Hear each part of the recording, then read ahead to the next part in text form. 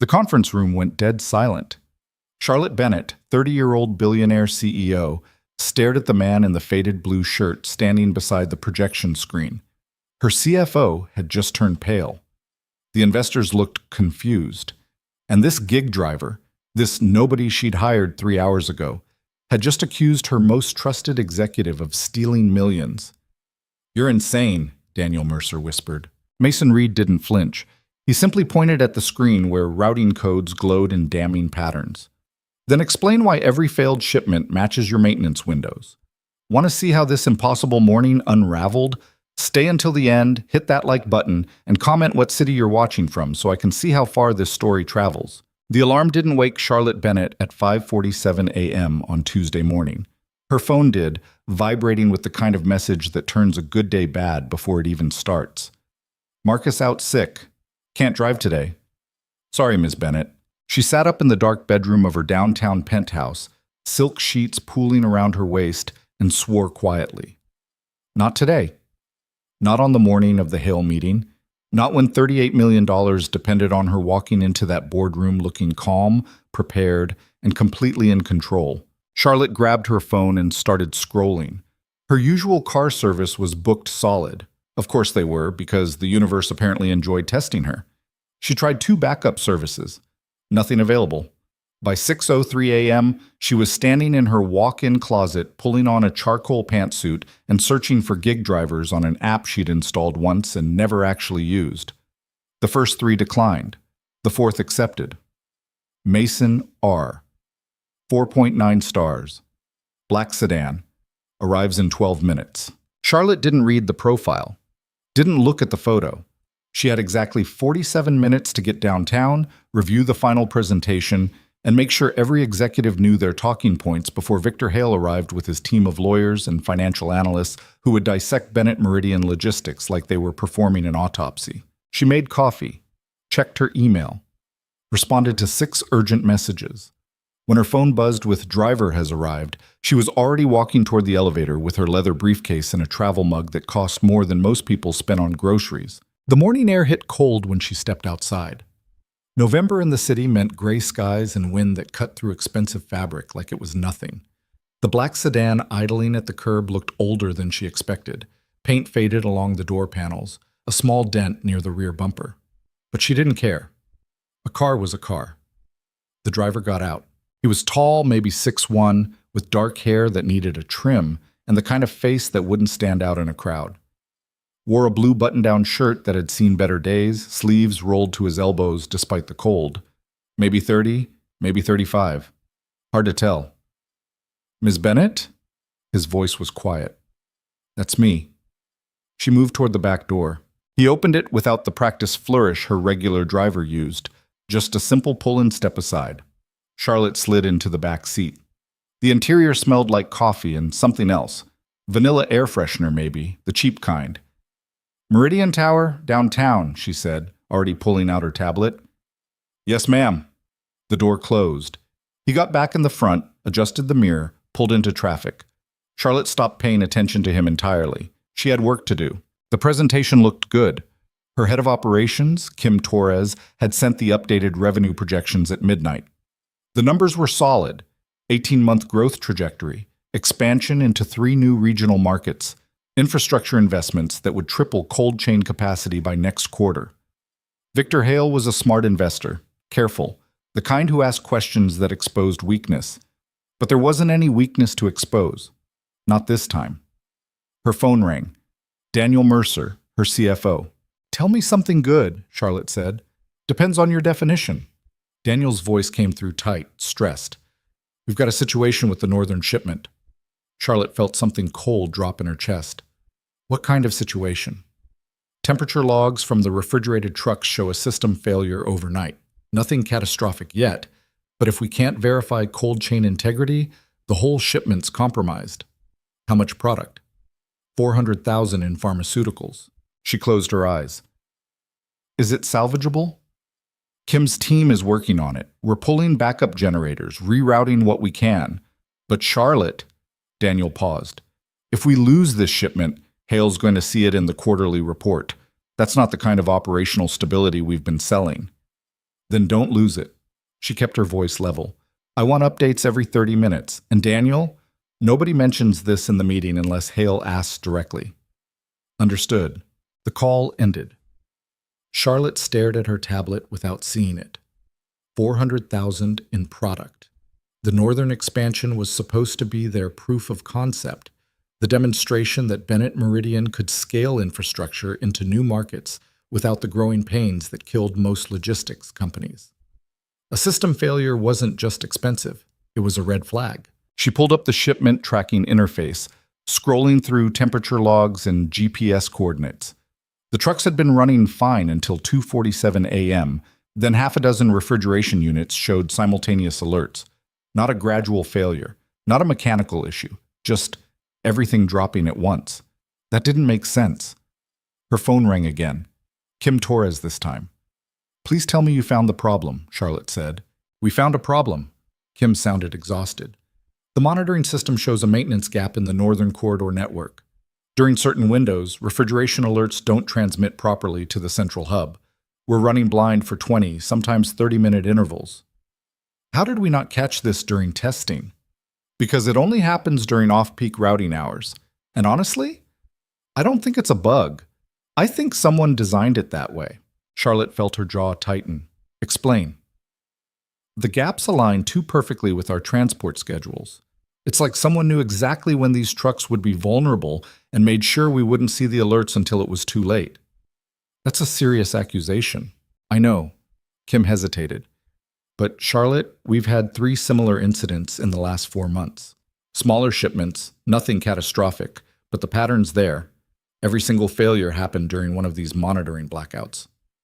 The car hit a pothole. Charlotte barely noticed. Her mind was running through personnel files, security protocols, access logs. Who had the technical knowledge to manipulate their monitoring systems? Who had motive? Send me everything, she said. Logs, timestamps, routing schedules. I want it all. Already in your secure folder. Charlotte ended the call and immediately pulled up the files. Hundreds of pages of data. She started reading, scrolling through maintenance records and system reports, trying to find something, anything, that would explain how their infrastructure had been compromised. From the front seat, the driver's voice came quiet. Excuse me, ma'am? Charlotte didn't look up. What? I don't mean to overstep, but I heard you mention the Northern Corridor. Now she looked up, meeting his eyes in the rearview mirror. They were gray, she noticed. Calm. You were listening to my phone calls? Hard not to in a car this size. No apology in his voice, just fact. But the monitoring gap you're describing, is it affecting the Route 47 interchange? Charlotte felt irritation flash hot. That's confidential company information. Yes, ma'am. He returned his attention to the road. She looked back down at her tablet, tried to focus. But something about the question nagged at her. Route 47 was exactly where the failures had clustered. How would a random gig driver know that? Why did you ask about Route 47? She said. In the mirror, his expression didn't change. Because if your refrigeration units are failing near that interchange, it's probably not the units. It's the monitoring relay station at mile marker 183. There's a known issue with the backup power system during maintenance cycles. Charlotte stared at him. A known issue. Yes, ma'am. And you know this how? He was quiet for a moment, navigating around a delivery truck. Then, I used to work in logistics infrastructure before. Before what? Before other things became more important. She should have dropped it, should have ignored him, and gone back to her files. But Kim's words kept echoing in her head. I think someone designed it that way. And this driver had just identified the exact technical vulnerability her entire operations team had missed. What's your background? Charlotte asked. Does it matter? Humor me. He glanced at her in the mirror again. Systems engineering, specialized in cold chain logistics and transport monitoring architecture. Worked for Hartwell Global for 6 years, then went independent. That was a long time ago. Hartwell Global. Charlotte knew the name. They'd built half the logistics infrastructure in the country before the company dissolved in a merger. If this guy had worked there? Why are you driving for a gig service? She asked. Because the hours are flexible and I can pick my daughter up from school every day. Simple answer, no elaboration. Charlotte looked down at the file Kim had sent, found the technical specifications for their monitoring network. It had been built on modified Hartwell architecture. She knew that much from the company history. If this driver actually understood those systems, the relay station at mile marker 183, she said slowly. If that's the problem, how would someone exploit it deliberately? They wouldn't exploit the station directly. They'd route vulnerable shipments through the coverage gap during scheduled maintenance windows when the backup power cycle's off. 28 minutes every third Thursday, 32 minutes every second Tuesday. The timing's predictable if you know where to look. Charlotte felt her blood go cold. She pulled up the shipment schedule. Last night had been a second Tuesday. The refrigeration units had failed at 2:47 a.m. The maintenance cycle ended at 3:19 a.m., 32 minutes. How do you know the maintenance schedule? Her voice came out harder than she intended. Because I helped design it. He said it quietly, like it didn't matter. Back when Hartwell was building the Northern Network, the relay stations were my project.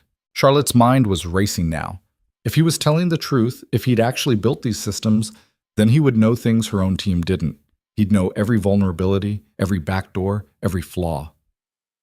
What's your name? She asked. Mason Reed. She typed it into her phone, started searching. The results came back sparse. A LinkedIn profile that hadn't been updated in 5 years. A few academic papers on logistics optimization from 7 years ago. A mention in a Hartwell Global press release about a new monitoring system architecture. And a photo. Younger face, clean-shaven, wearing a suit and standing beside some kind of industrial control panel.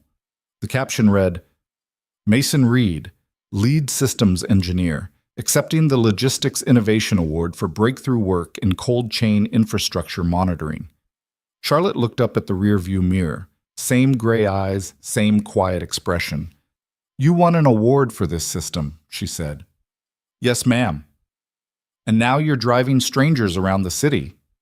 Yes, ma'am. Why? He didn't answer right away. They were getting close to downtown now, tall buildings rising on both sides, morning traffic thickening. When he finally spoke, his voice was quieter than before. Because my daughter needed a father more than the industry needed another engineer. Charlotte didn't know what to say to that. She looked back down at her tablet, at the monitoring data, at the pattern of failures that suddenly made horrible sense. If Mason was right, if someone was deliberately routing shipments through those maintenance windows, then this wasn't operational incompetence. It was sabotage. Her phone buzzed. Daniel again. We lost the shipment, he said without preamble. Complete cold chain failure, 400,000 in product, unsalvageable. Damn it. Charlotte felt the weight of it settling. Have we notified the client? Kim's doing it now. But Charlotte, this is the 4th major loss this quarter. Hale's going to want answers. Then we'll give him answers. She glanced at the back of Mason's head. I think I know what's happening. What do you mean? Not over the phone. I'll explain in the meeting. Is everyone assembled? Waiting for you. Good, I'm 5 minutes out. She ended the call. Mason pulled up to the curb outside Meridian Tower, a gleaming structure of glass and steel that housed her company's headquarters. He put the car in park, didn't get out to open her door. Charlotte sat there for a moment, thinking. This was insane. She was about to walk into the most important investor meeting of her career, and her only lead on what might be systematic fraud inside her company had come from a gig driver she'd hired 40 minutes ago. Mr. Reed, she said. Yes, ma'am. What would you do if you were trying to identify who's routing these shipments through the monitoring gaps? He was quiet for a moment. Then, I'd look at who has access to both the routing system and the maintenance schedules. It's a small overlap. Maybe 3-4 people in your entire company. And if I wanted to prove it, you'd need the system logs, original timestamps, not the clean data your operations team sees. The monitoring network keeps a hidden backup. It's buried in the security architecture. Most people don't even know it exists. If someone's been manipulating shipments, that backup will show every change they made.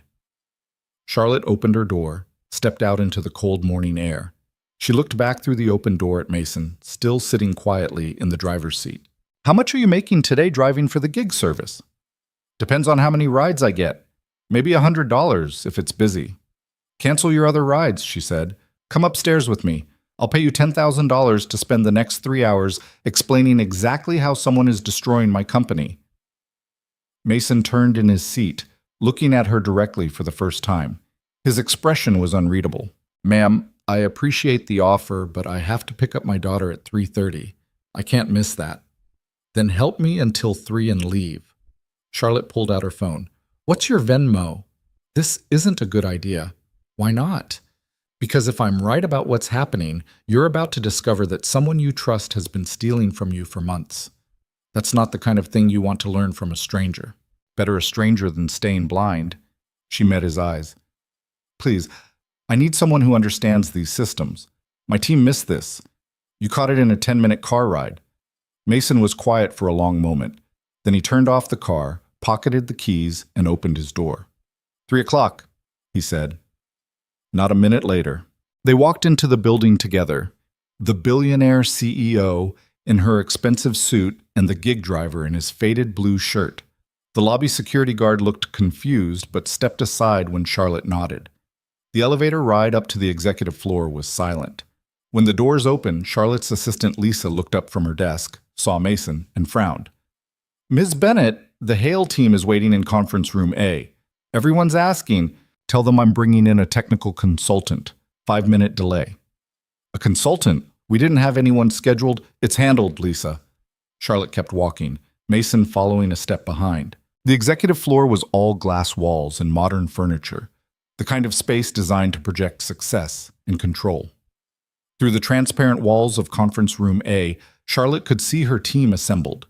Daniel Mercer reviewing notes on his laptop, Kim Torres looking exhausted, 3 other department heads, and Victor Hale himself, 60 years old, silver hair, expensive suit, sitting at the head of the table with 2 lawyers flanking him. They all looked up when Charlotte entered. "Gentlemen, ladies, I apologize for the delay." Charlotte moved to her seat. "Before we begin the formal presentation, I need to address something urgent. This morning we experienced another cold chain failure in our northern corridor, 400,000 in product loss." Victor's expression didn't change. "Another failure." "Yes, which is why I've brought in someone who understands our infrastructure better than anyone in this room." She gestured to Mason, still standing near the door. "This is Mason Reed. He designed the original monitoring architecture our entire northern network is built on." Daniel looked at Mason, then at Charlotte. "I don't understand. We have an entire operations team." "Your operations team missed a critical vulnerability." Charlotte pulled up the monitoring data on the conference room screen. "Mr. Reed, would you explain what you told me in the car?" Every eye in the room turned to Mason.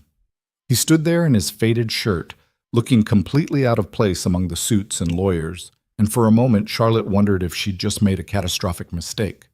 Then Mason walked to the screen. "Your monitoring network has scheduled maintenance windows," he said quietly. "During those windows, backup power cycles through the relay stations. For 20 to 30 minutes, refrigeration alerts don't transmit to your central hub. If someone knew those schedules, they could route vulnerable shipments through the blind spots deliberately." Victor leaned forward. "You're suggesting sabotage." "I'm suggesting that 4 identical failures in 4 months, all occurring during predictable maintenance cycles, is statistically impossible as coincidence." Kim was already pulling up her laptop. "He's right. I sent Charlotte the pattern this morning. Every failure aligns with maintenance windows." Daniel's face had gone carefully neutral. "That doesn't prove sabotage. It could be a design flaw we haven't caught." "It's not a flaw," Mason said. "I built these systems. The maintenance cycles are intentional. They're necessary for network stability, but they're also documented in the technical specifications. Anyone with access to those specs and the routing system could exploit the gap." Charlotte watched Daniel's reaction carefully, saw the slight tension in his jaw, the way his fingers stopped moving on his laptop. "Who has that access?" Victor asked. "In a company this size?" Mason moved to the screen, started navigating through the monitoring interface like he'd built it yesterday, which, Charlotte realized, he essentially had. Maybe 4 people. Whoever manages your routing algorithms, whoever handles maintenance scheduling, and whoever has administrative access to both systems. He pulled up a log file Charlotte had never seen before. Lines of code and timestamps filled the screen. "This is the hidden backup I mentioned," Mason said. "It records every change made to the routing system, even if those changes are deleted from the primary database. If someone's been manipulating shipments, it'll show here." He scrolled through entries, dates, times, user IDs. Then he stopped. There, he said quietly, pointing at the screen. Charlotte leaned closer. A series of routing changes, all made between midnight and 2 a.m. over the past 4 months. Each change had moved a high-value refrigerated shipment to Route 47, scheduled to pass through mile marker 183 during the exact maintenance windows Mason had described. Every single change was logged under the same user ID. DDM_admin_01. Daniel Mercer's administrative account. The room went completely silent. Charlotte looked at her CFO. Daniel was staring at the screen, face pale, and she saw it. The split second of recognition before he caught himself. "That's impossible," Daniel said. His voice was steady, but his hands weren't. "Anyone could have accessed my account. This doesn't prove—" "The timestamps match your building access logs," Mason said quietly. He'd pulled up another screen. "Every routing change was made from your office terminal during hours when building security shows you were the only person on this floor. The changes were made using your password, your biometric clearance, and your physical security key." Victor Hale sat back in his chair, watching Daniel with the expression of a man who'd just watched an investment implode. Charlotte felt something cold and sharp settling in her chest. Daniel Mercer had been with her for 3 years. She'd trusted him with everything: finances, operations, strategic planning. She'd promoted him twice, given him equity, included him in decisions that shaped the entire company. "Daniel," she said quietly, "tell me this is wrong." Her CFO looked at her. For a moment, she thought he might try to explain, to defend himself. Instead, he just closed his laptop. "I want my lawyer," he said. The meeting exploded into chaos. Victor's lawyers started making calls. Kim looked stunned. The other executives were talking over each other, demanding explanations. Charlotte just sat there, watching Daniel's expressionless face, trying to understand how she'd missed this. Mason stepped back from the screen, moved quietly toward the door. "Mr. Reed?" Victor called out. "Don't leave yet." Mason stopped.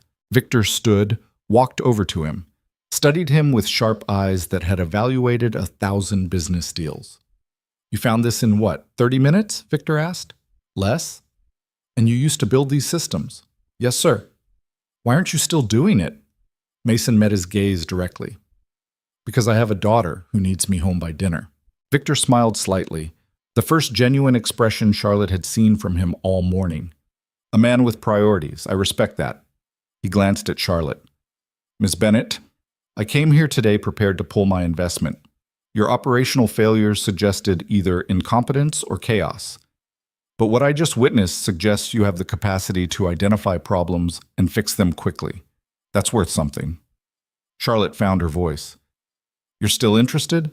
"On 2 conditions." Victor held up a finger. 1, you clean house. I want every executive, every manager, everyone who touches your supply chain investigated and vetted.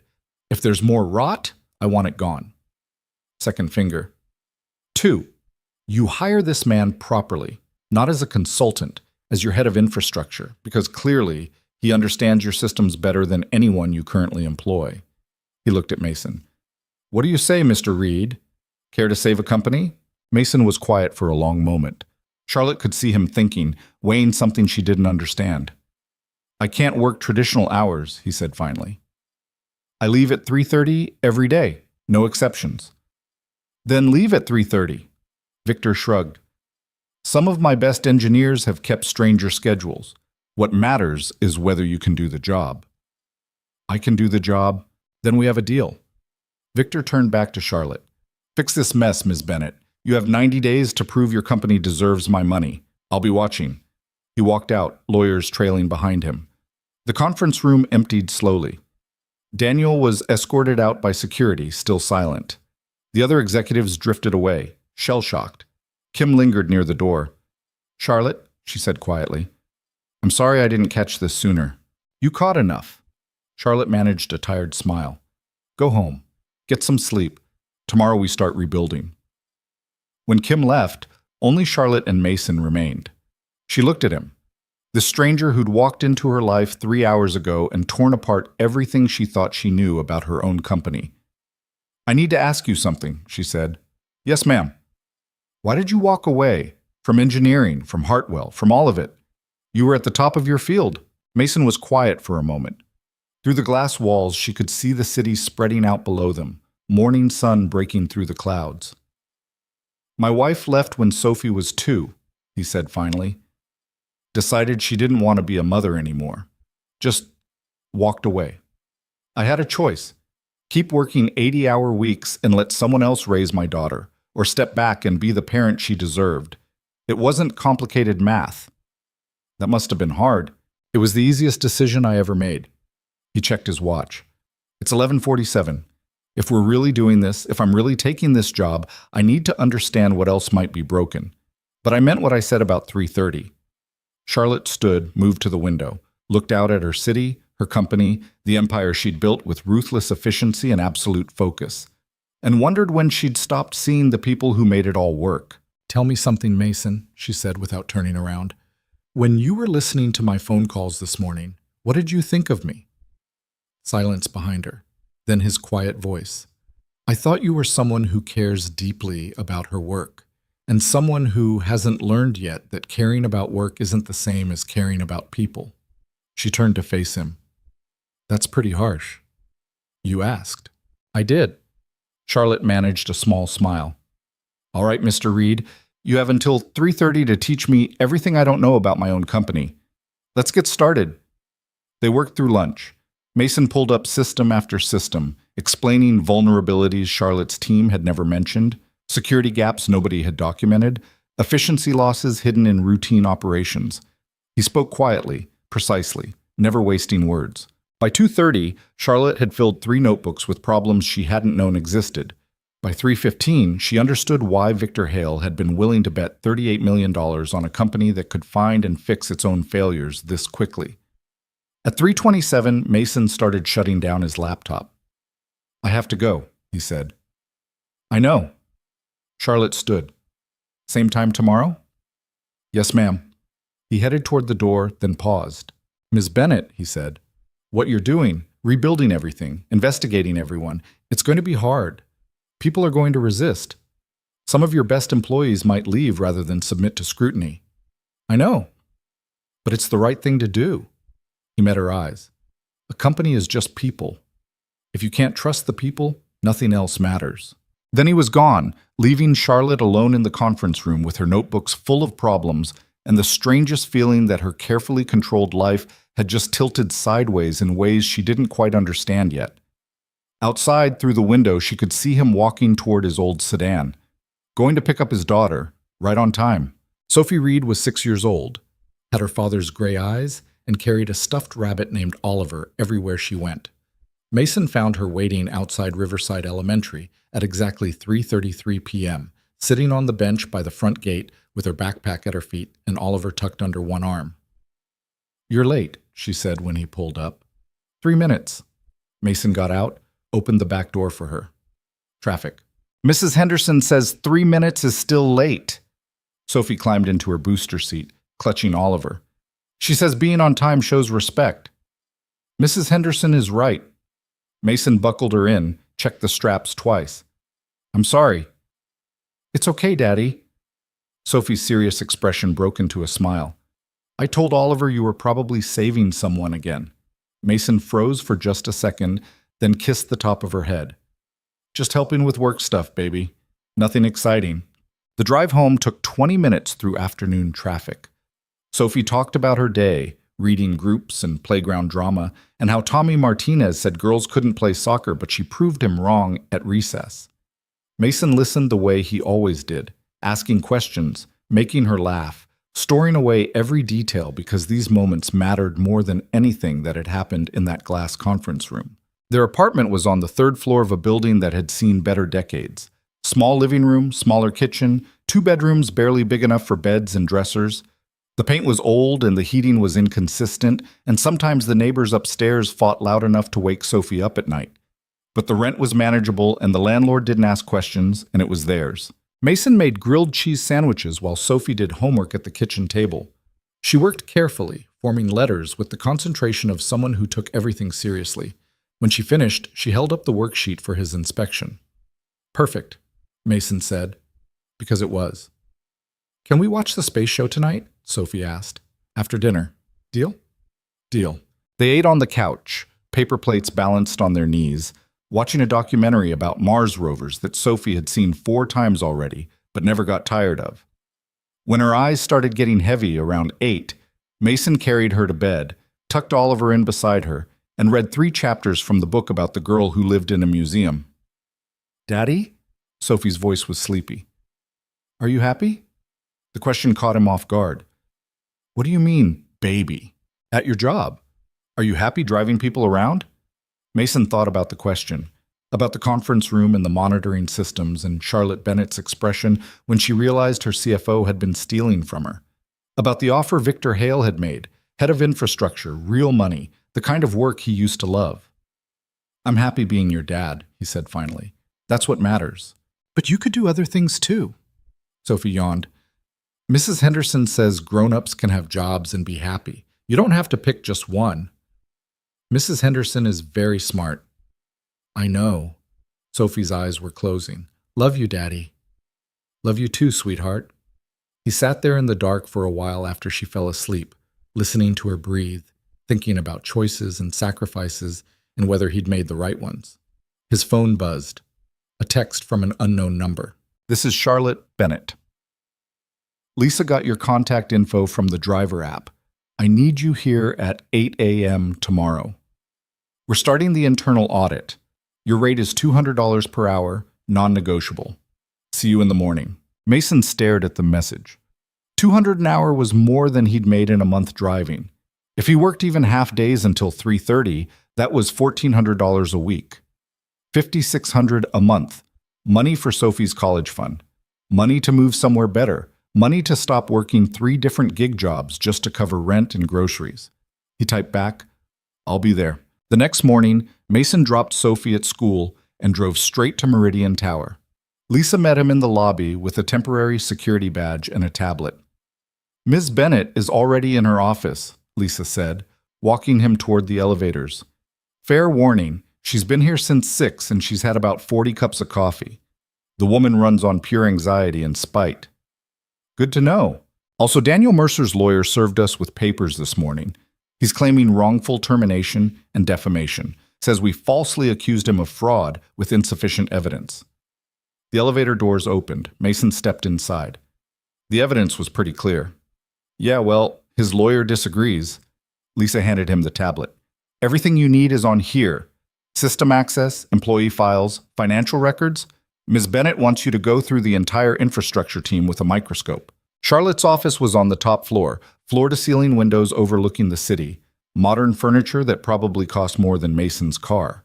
She was standing at her desk, talking on the phone, and gestured him in without breaking conversation. I don't care what the insurance company says, Victor, she was saying.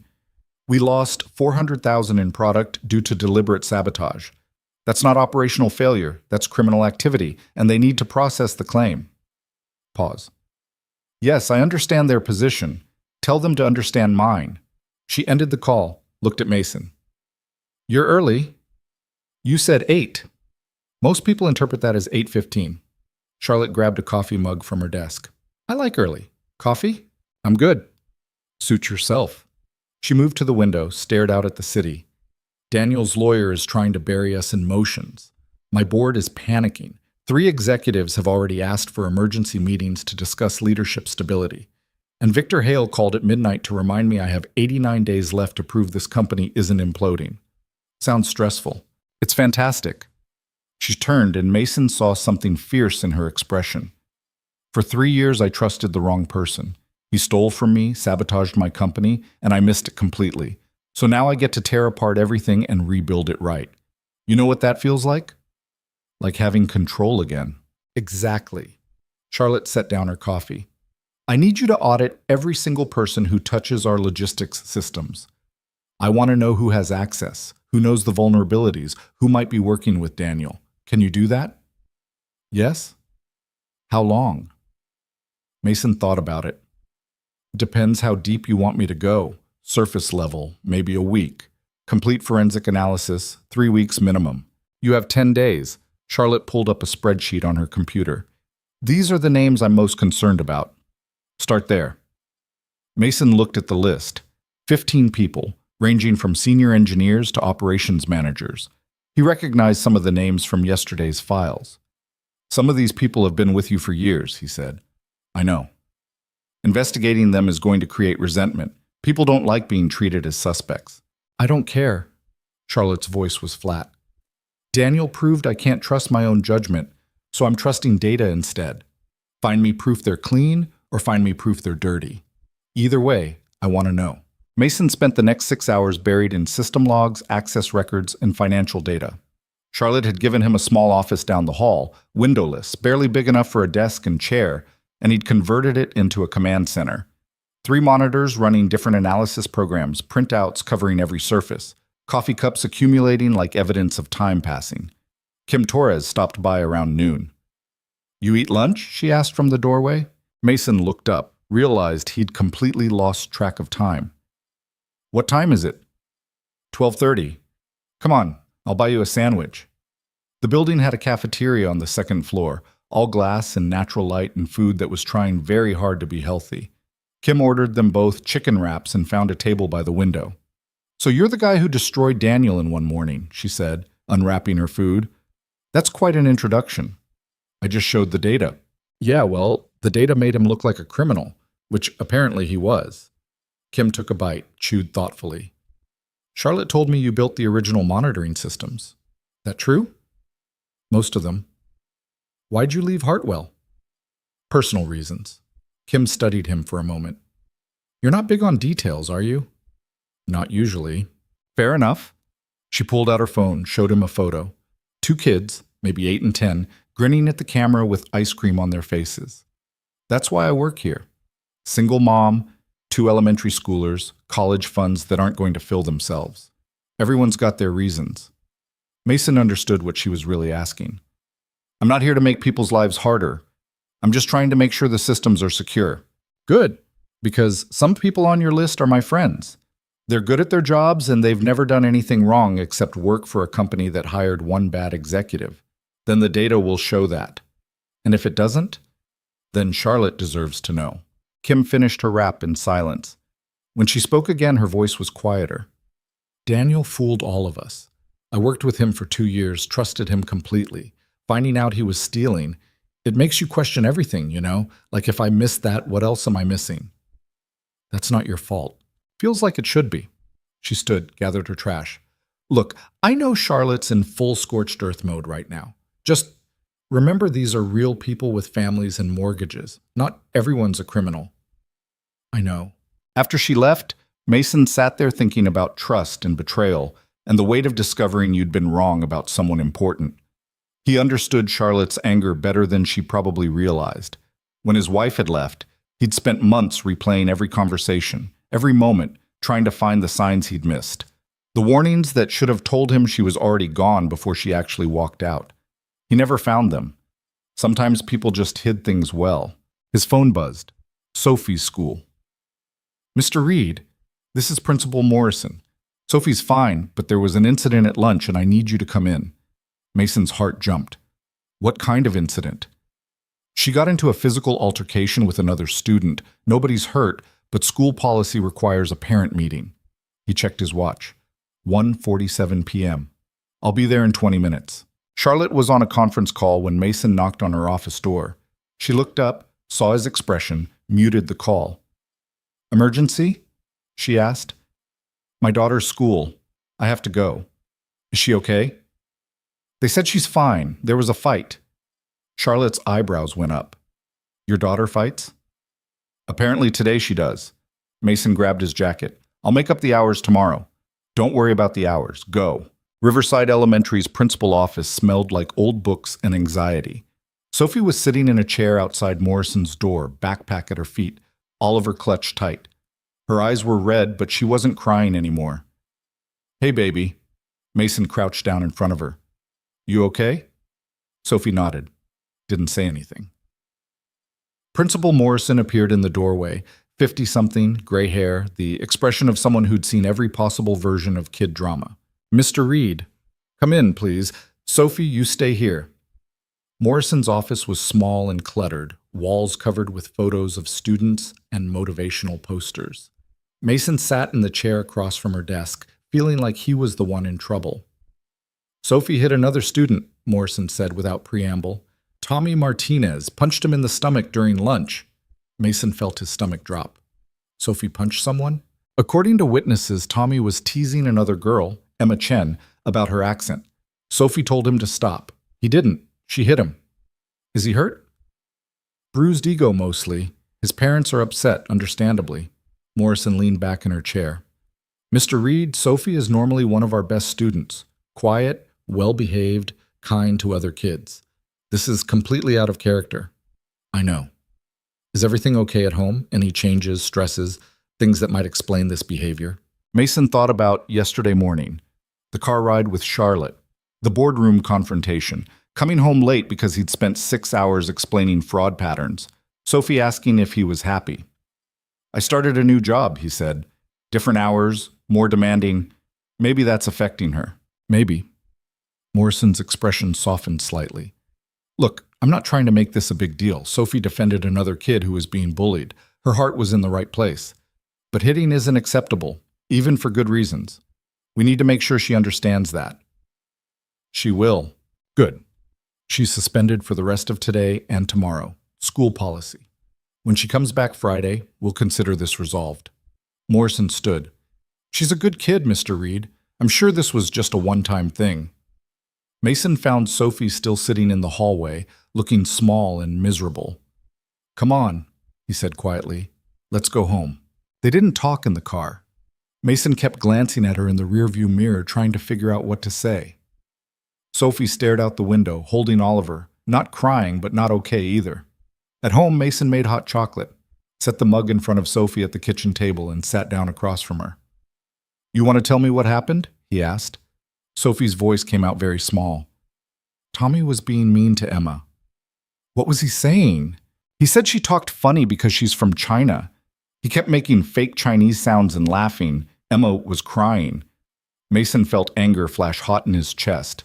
That's not okay. I know. I told him to stop, but he didn't stop. He just laughed more. Sophie looked up at him, eyes wet.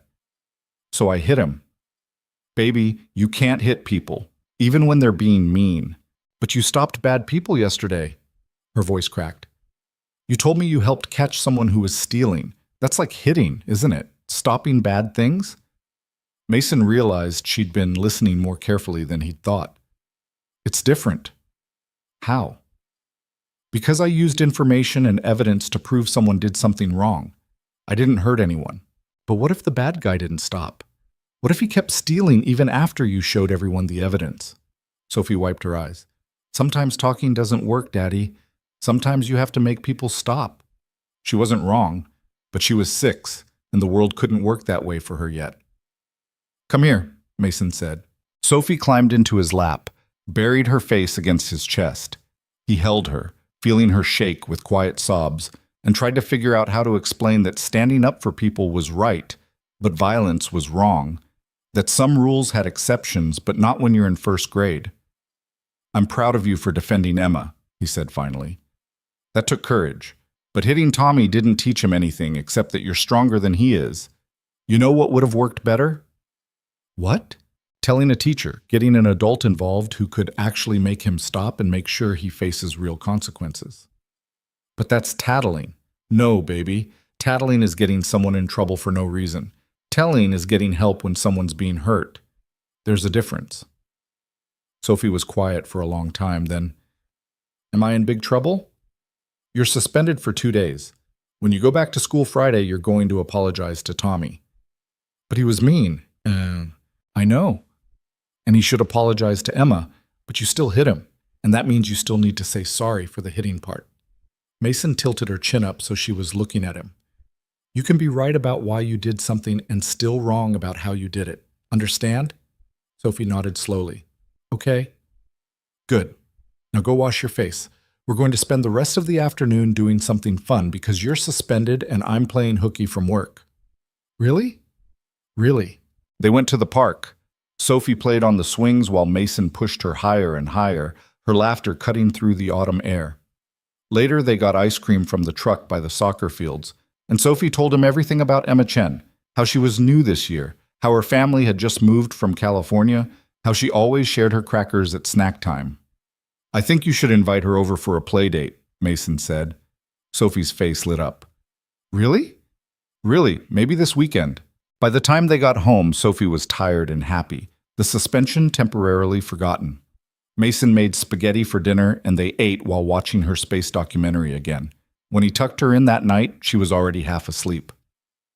"Daddy?" she mumbled. "I'm still sorry I hit Tommy." "I know, baby. You're a good kid who made a mistake. That's okay. Love you. Love you too." Mason's phone rang at 9:15 p.m. "Charlotte." "Did you know your daughter can throw a punch?" she asked. Mason sat down on the couch, exhausted. "How did you—" "Lisa has kids at Riverside. Parent network gossip moves faster than our data systems." Charlotte's tone was amused.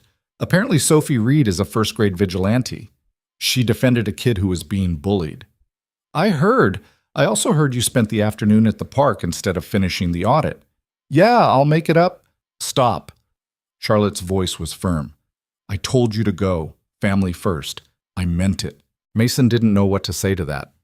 "Listen," Charlotte continued, "I need to tell you something. Daniel's lawyer subpoenaed our security footage from Tuesday. They're trying to prove we brought in an unauthorized consultant to manufacture evidence against their client." "That's insane." "That's expensive legal defense strategy. They're going to argue you had access to the systems. You could have planted the routing changes yourself, and we're using you as a scapegoat to cover our own operational failures." Mason felt cold settle in his stomach. Can they make that stick? Not if our lawyers are worth what we pay them. But it means you're going to be deposed. They'll ask about your background, your employment history, why you left Hartwell, everything. She paused. "I need to know if there's anything in your past that could hurt us." "Like what?" "Like any reason someone could claim you're not credible. Lawsuits, bankruptcies, criminal record, professional disputes, anything." Mason thought about the divorce papers that had labeled him an absent father because he worked too much. Thought about the custody hearing where his ex-wife's lawyer had painted him as emotionally unavailable and career-obsessed. Thought about walking away from Hartwell before they could fire him for refusing to travel after Sophie was born. "Nothing criminal," he said finally. "My divorce was messy. My ex claimed I prioritized work over family, then left because I stopped prioritizing work. There's irony in there somewhere." "Any chance she'd testify against you?" "No idea. We haven't spoken in 4 years." Charlotte was quiet for a moment. "Okay. I'll have our lawyers prepare for that possibility. In the meantime, keep doing what you're doing. The audit is more important than Daniel's legal theater." "Charlotte?" "Yeah? Why are you trusting me with this? You don't actually know me.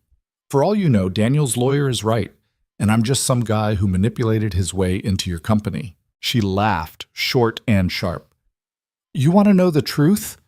I don't trust easily. Never have. I evaluate people based on what they do, not what they say. And what you did was find a massive fraud in 30 minutes, help me expose it, then leave at 3:30 to pick up your kid. That tells me everything I need to know about your priorities." She paused. "Plus, Sophie punched a bully for the right reasons. I respect that." After she hung up, Mason sat in the dark living room, thinking about trust and credibility and how quickly everything could fall apart. He'd spent 5 years building a quiet, safe life for Sophie, working jobs that didn't matter, staying invisible, making sure nobody looked too closely at the brilliant engineer who'd walked away from everything. Now, Charlotte Bennett had pulled him back into the world he'd left behind, and he wasn't sure if that was salvation or disaster. His phone buzzed again, a text from Kim Torres. "Hey, heard about Sophie. If you need someone to watch her tomorrow while she's suspended, my mom does daycare. She's great with kids. Let me know." Mason stared at the message, surprised, then typed back, "Thank you. I appreciate it." 3 dots appeared, then, "We take care of our own here, even the new guys." He fell asleep on his couch that night, laptop open with security logs still running analysis, and dreamed about systems with hidden flaws that nobody noticed until everything collapsed. The next morning, Mason dropped Sophie at Kim's mother's house, a warm, cluttered home that smelled like cookies and had toys everywhere. Sophie went in nervous and came back out smiling when he picked her up at 3 o'clock. "Mrs. Torres is nice," she reported in the car. "She taught me how to make origami cranes. Look." She held up a slightly crooked paper bird. "That's beautiful, baby." "Can I go back tomorrow?" "You're not suspended tomorrow. You'll be at school." "Oh, right." Sophie was quiet for a moment. "Daddy, are you going to keep the new job?" "I think so. Why?" "Because you seem different, like happier, but also more tired." Mason glanced at her in the mirror, 6 years old and already reading him like a book. "The work is interesting," he said carefully. "It's stuff I used to do before you were born, stuff I'm good at." "Then you should keep doing it." Sophie nodded seriously. "Mrs. Henderson says people should do things they're good at. It makes the world better." Mrs. Henderson is very wise. That afternoon, Mason finished the first phase of the audit. Out of 15 people on Charlotte's list, 12 came back completely clean. 3 had minor security violations, accessing systems outside their clearance level, mostly curiosity rather than malice. Nothing prosecutable. But there was one name that bothered him: Ryan Torres, Kim's younger brother. Junior Systems Administrator, hired 8 months ago. His access logs showed something strange: late-night logins that coincided with some of the routing changes, then immediate logouts, like someone had borrowed his credentials. Mason called Charlotte. "I found something," he said, "but you're not going to like it." She came down to his office 20 minutes later, closed the door behind her. "Show me." Mason pulled up the access logs. Ryan Torres has been accessing the routing system between midnight and 3 a.m. at least once a week for the past 6 months. But here's the thing: building security shows his badge never entered the facility during those times. Charlotte leaned closer, studying the screen. "Someone's using his credentials. That's my guess.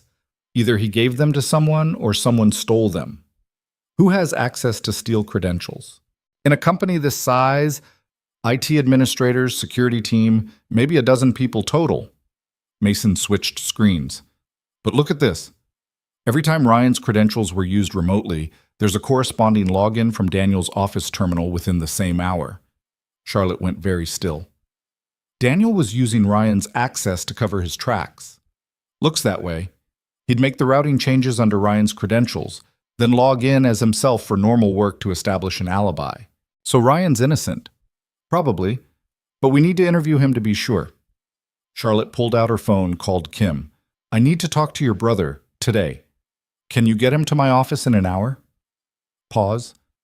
"No, he's not in trouble. Just need to verify some information." Another pause. "Thanks." She ended the call, looked at Mason. "This is the part I hate. Telling someone their family member might be compromised. He's probably just a victim." Probably, but Kim doesn't know that yet. Ryan Torres was 23, nervous, and clearly terrified when he showed up at Charlotte's office. Kim came with him, protective and worried. "Mr. Torres," Charlotte said gently, "you're not in trouble. We just need to ask some questions about your system access." Ryan's eyes darted to Mason, then back to Charlotte. "What kind of questions?" Mason pulled up the logs. "Your credentials were used to access the routing system remotely at least 20 times in the past 6 months, always late at night. Do you remember making those logins?" "No." Ryan's face went pale. "I mean, I work late sometimes, but from home, and I wouldn't access routing. That's not my department." "Did you ever share your password with anyone?" "No, never. That's against policy." "Did you ever leave your credentials written down anywhere, maybe in your desk or on your computer?" Ryan thought about it. There's a password manager on my work laptop. I left the laptop in the office a few times when I went home sick, but it's password protected." Mason and Charlotte exchanged glances. "When you left it," Mason asked carefully, "where did you leave it?" "Usually locked in my desk drawer, sometimes just on my desk if I was planning to come back the next morning." Kim made a soft sound. "Ryan, please tell me you didn't... I didn't think anyone would touch it." Ryan looked miserable. "It's the office. We're all supposed to trust each other." Charlotte's expression softened. "Mr. Torres, I don't think you did anything wrong. I think someone exploited your trust. That's not your fault. But if my credentials were used for something illegal, then we'll prove you weren't the one using them." Charlotte looked at Mason. Can we do that? Already did. Mason pulled up another screen. Every remote login under Ryan's credentials came from an IP address registered to Daniel Mercer's home internet. Ryan's home IP is different. Plus, the keystroke patterns don't match. Daniel typed faster, made different common errors. Digital fingerprints. Ryan looked like he might cry from relief. So I'm not going to get fired? No, Charlotte said firmly. But we are going to reset all your credentials and implement two-factor authentication across the entire company. This shouldn't have been possible. After Ryan and Kim left, Charlotte sank into her chair, exhausted. How many other Ryans are there? She asked. How many people trusted the wrong person because I created a culture where we were all supposed to trust each other blindly? Trust isn't bad, Mason said, but verification is better. That's depressing. That's realistic. Charlotte looked at him for a long moment. You know what I realized today? I spent 3 years building this company, and I don't actually know most of the people who work here. I know their performance metrics and their quarterly reviews, but I don't know if they have kids or what makes them happy or whether they feel safe coming to work every day. You can't know everyone in a company this size. Maybe not, but I should know the people I'm asking to trust me. She stood, moved to the window. Tomorrow, I'm starting mandatory one-on-ones with every executive and department head. Not about work, about them. Who they are, what they need, whether they feel supported. That's going to take a lot of time. Then I'll make time. Charlotte turned back to him. You do this naturally, don't you? See people as people, not resources. I have a 6-year-old who punches bullies. I don't have a choice. Charlotte smiled, the first real smile he'd seen from her in 2 days. How is Sophie? Suspended and learning origami. Sounds like she's handling it better than most adults handle consequences. Mason checked his watch. 3:18 p.m. I need to go. I know. Same time tomorrow? Yeah. He grabbed his jacket, then paused at the door. Charlotte, what you said about knowing your people, that's good leadership. Don't let Daniel's betrayal make you think caring is weakness. Is that what you tell Sophie when she gets hurt? Something like that. He left her standing at the window, looking out at her empire, and wondered if she understood yet that companies weren't built with money and strategy. They were built with trust that had to be earned every single day, one person at a time. The deposition happened on a Wednesday morning in a conference room that smelled like expensive leather, and the kind of tension that comes before something breaks. Daniel Mercer's lawyer was a woman named Patricia Vance, 50-something with steel gray hair and the expression of someone who ate witnesses for breakfast. Mason sat across the table from her with Charlotte's attorney beside him, a younger guy named Marcus Webb, who'd spent the previous hour explaining that the best strategy was to answer questions simply and not volunteer extra information. Just tell the truth, Marcus had said. Don't try to outsmart her. Now, Patricia was arranging papers in front of her with the deliberate slowness of someone establishing dominance. The court reporter sat ready at the end of the table. Daniel himself was absent, his right to avoid watching his former company dismantle his defense. Mr. Reed, Patricia began, voice smooth as glass. Let's start with your credentials. You claim to have designed the monitoring systems that Bennett Meridian Logistics currently uses. Is that correct? I helped design them, yes. Helped, not designed. I was lead systems engineer on the project. I had a team of 8 people working under me. At Hartwell Global. Yes, a company that no longer exists. It was acquired and dissolved in 2019. Patricia made a note. And when did you leave Hartwell? August 2020. Why did you leave? Marcus started to object, but Mason touched his arm. Personal reasons. My daughter needed me home. Your daughter? Patricia smiled slightly. Sophie Reed, age 6, living with you full-time while her mother has no custody rights. Is that correct? Mason felt his jaw tighten. Her mother chose not to be involved. Chose or was legally prevented? Chose. The custody arrangement was settled by mutual agreement. But there was a custody dispute initially. Yes, during which your ex-wife's attorney argued you were an absent father who prioritized career advancement over family responsibilities. Isn't that true? Charlotte's hand moved slightly on the table beside him. Mason kept his voice level. That was her attorney's argument. The judge disagreed. The judge awarded you full custody after you quit your high-paying job and started driving for gig services. Patricia leaned forward. That's quite a career change, Mr. Reed, from lead systems engineer making six figures to driver making what? Minimum wage? I make enough to support my daughter. Do you? Patricia pulled out a document. According to your tax returns from last year, you earned $32,000. Is that correct? Yes. That's barely above the poverty line for a household of two. Marcus cut in. Relevance, counselor? I'm establishing Mr. Reed's financial situation at the time he was hired by Bennett Meridian. A man struggling to make ends meet suddenly offered $200 an hour to audit his former systems. That's quite an incentive to find problems where none exist. I found problems that were already there, Mason said quietly. Or created them. Patricia's voice was sharp now. You had complete access to Bennett Meridian's systems. You understood the architecture better than anyone currently employed there. How do we know you didn't plant the evidence against my client? Because the timestamps predate my involvement by months. Timestamps that you claim to have found in a hidden backup system that nobody else knew existed. A system you supposedly designed years ago. She pulled out another document. Convenient that the only person who could access this evidence is the same person who benefits financially from its discovery. Mason looked at Marcus, who nodded slightly. Let her finish. Mr. Reed, did you have any contact with my client prior to November 12th? No. Never met him? Never spoke with him? I drove Ms. Bennett to a meeting where he was present. That was our only interaction. And yet within hours of that first meeting, you were accusing him of systematic fraud. Patricia tapped her pen against her notepad. That's remarkably fast detective work. I recognized a pattern in the data. A pattern that a team of experienced auditors had missed for months.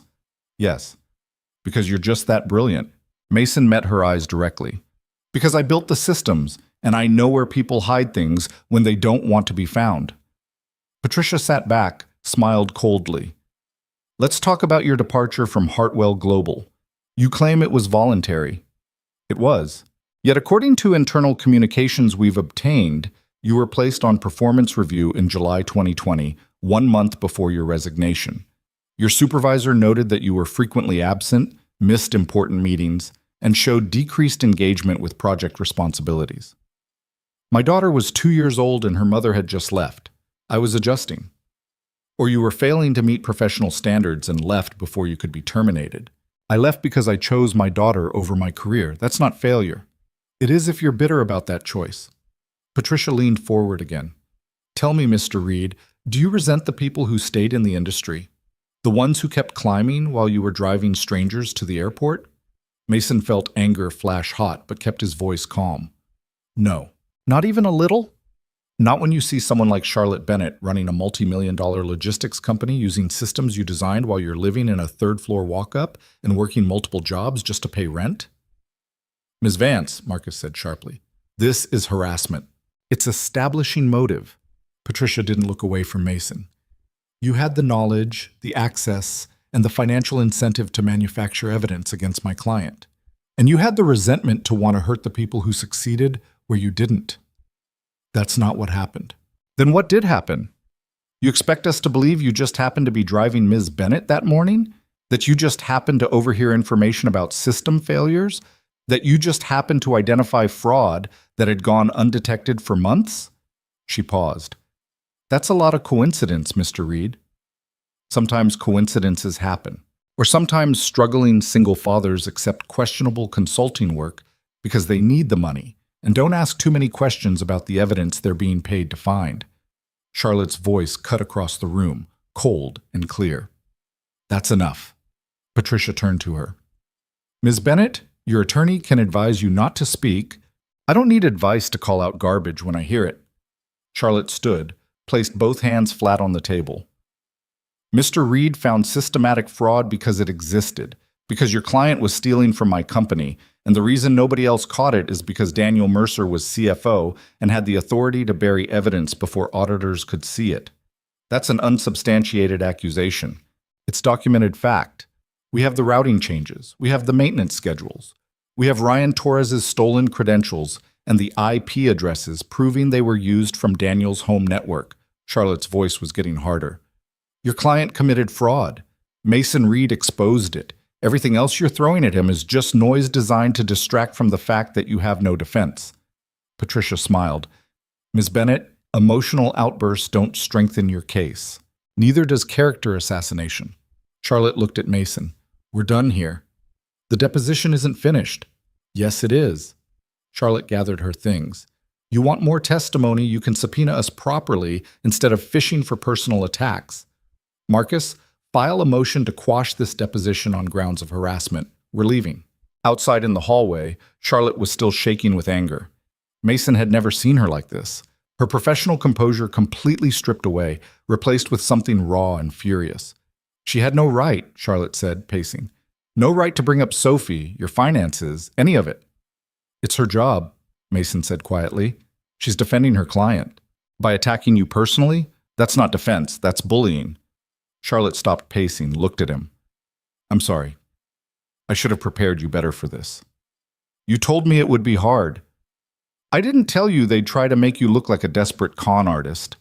Marcus caught up to them, phone already out. I'm filing the motion today. Judge Morrison doesn't tolerate witness harassment. We'll get this deposition thrown out. Good. Charlotte's jaw was tight. And Marcus? I want Daniel's legal team investigated. Patricia Vance somehow obtained Hartwell Global internal communications from 4 years ago. That's not public record. Someone gave her privileged information. I'll look into it. Charlotte turned back to Mason. Take the rest of the day off. You shouldn't have to work after that. I'm fine. You're not fine. Nobody's fine after being attacked like that. She softened slightly. Go pick up Sophie early. Spend the afternoon doing something that reminds you why you made the choices you made. Mason wanted to argue but recognized the look in her eyes. The same fierce protectiveness he felt whenever someone threatened Sophie. Charlotte was angry on his behalf, and fighting her about it would only make it worse. Okay, he said. I'll see you tomorrow. He picked Sophie up from school at 2:45, surprising her. She climbed into the car with her backpack and Oliver grinning. How come you're early? She asked.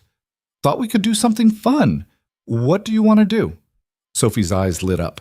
Can we go to the Science Museum? They have the planetarium show about black holes. Perfect. The museum was nearly empty on a Wednesday afternoon. Sophie dragged him through exhibits about space and dinosaurs and the human body, asking 1,000 questions and absorbing every answer like she was storing them for future use.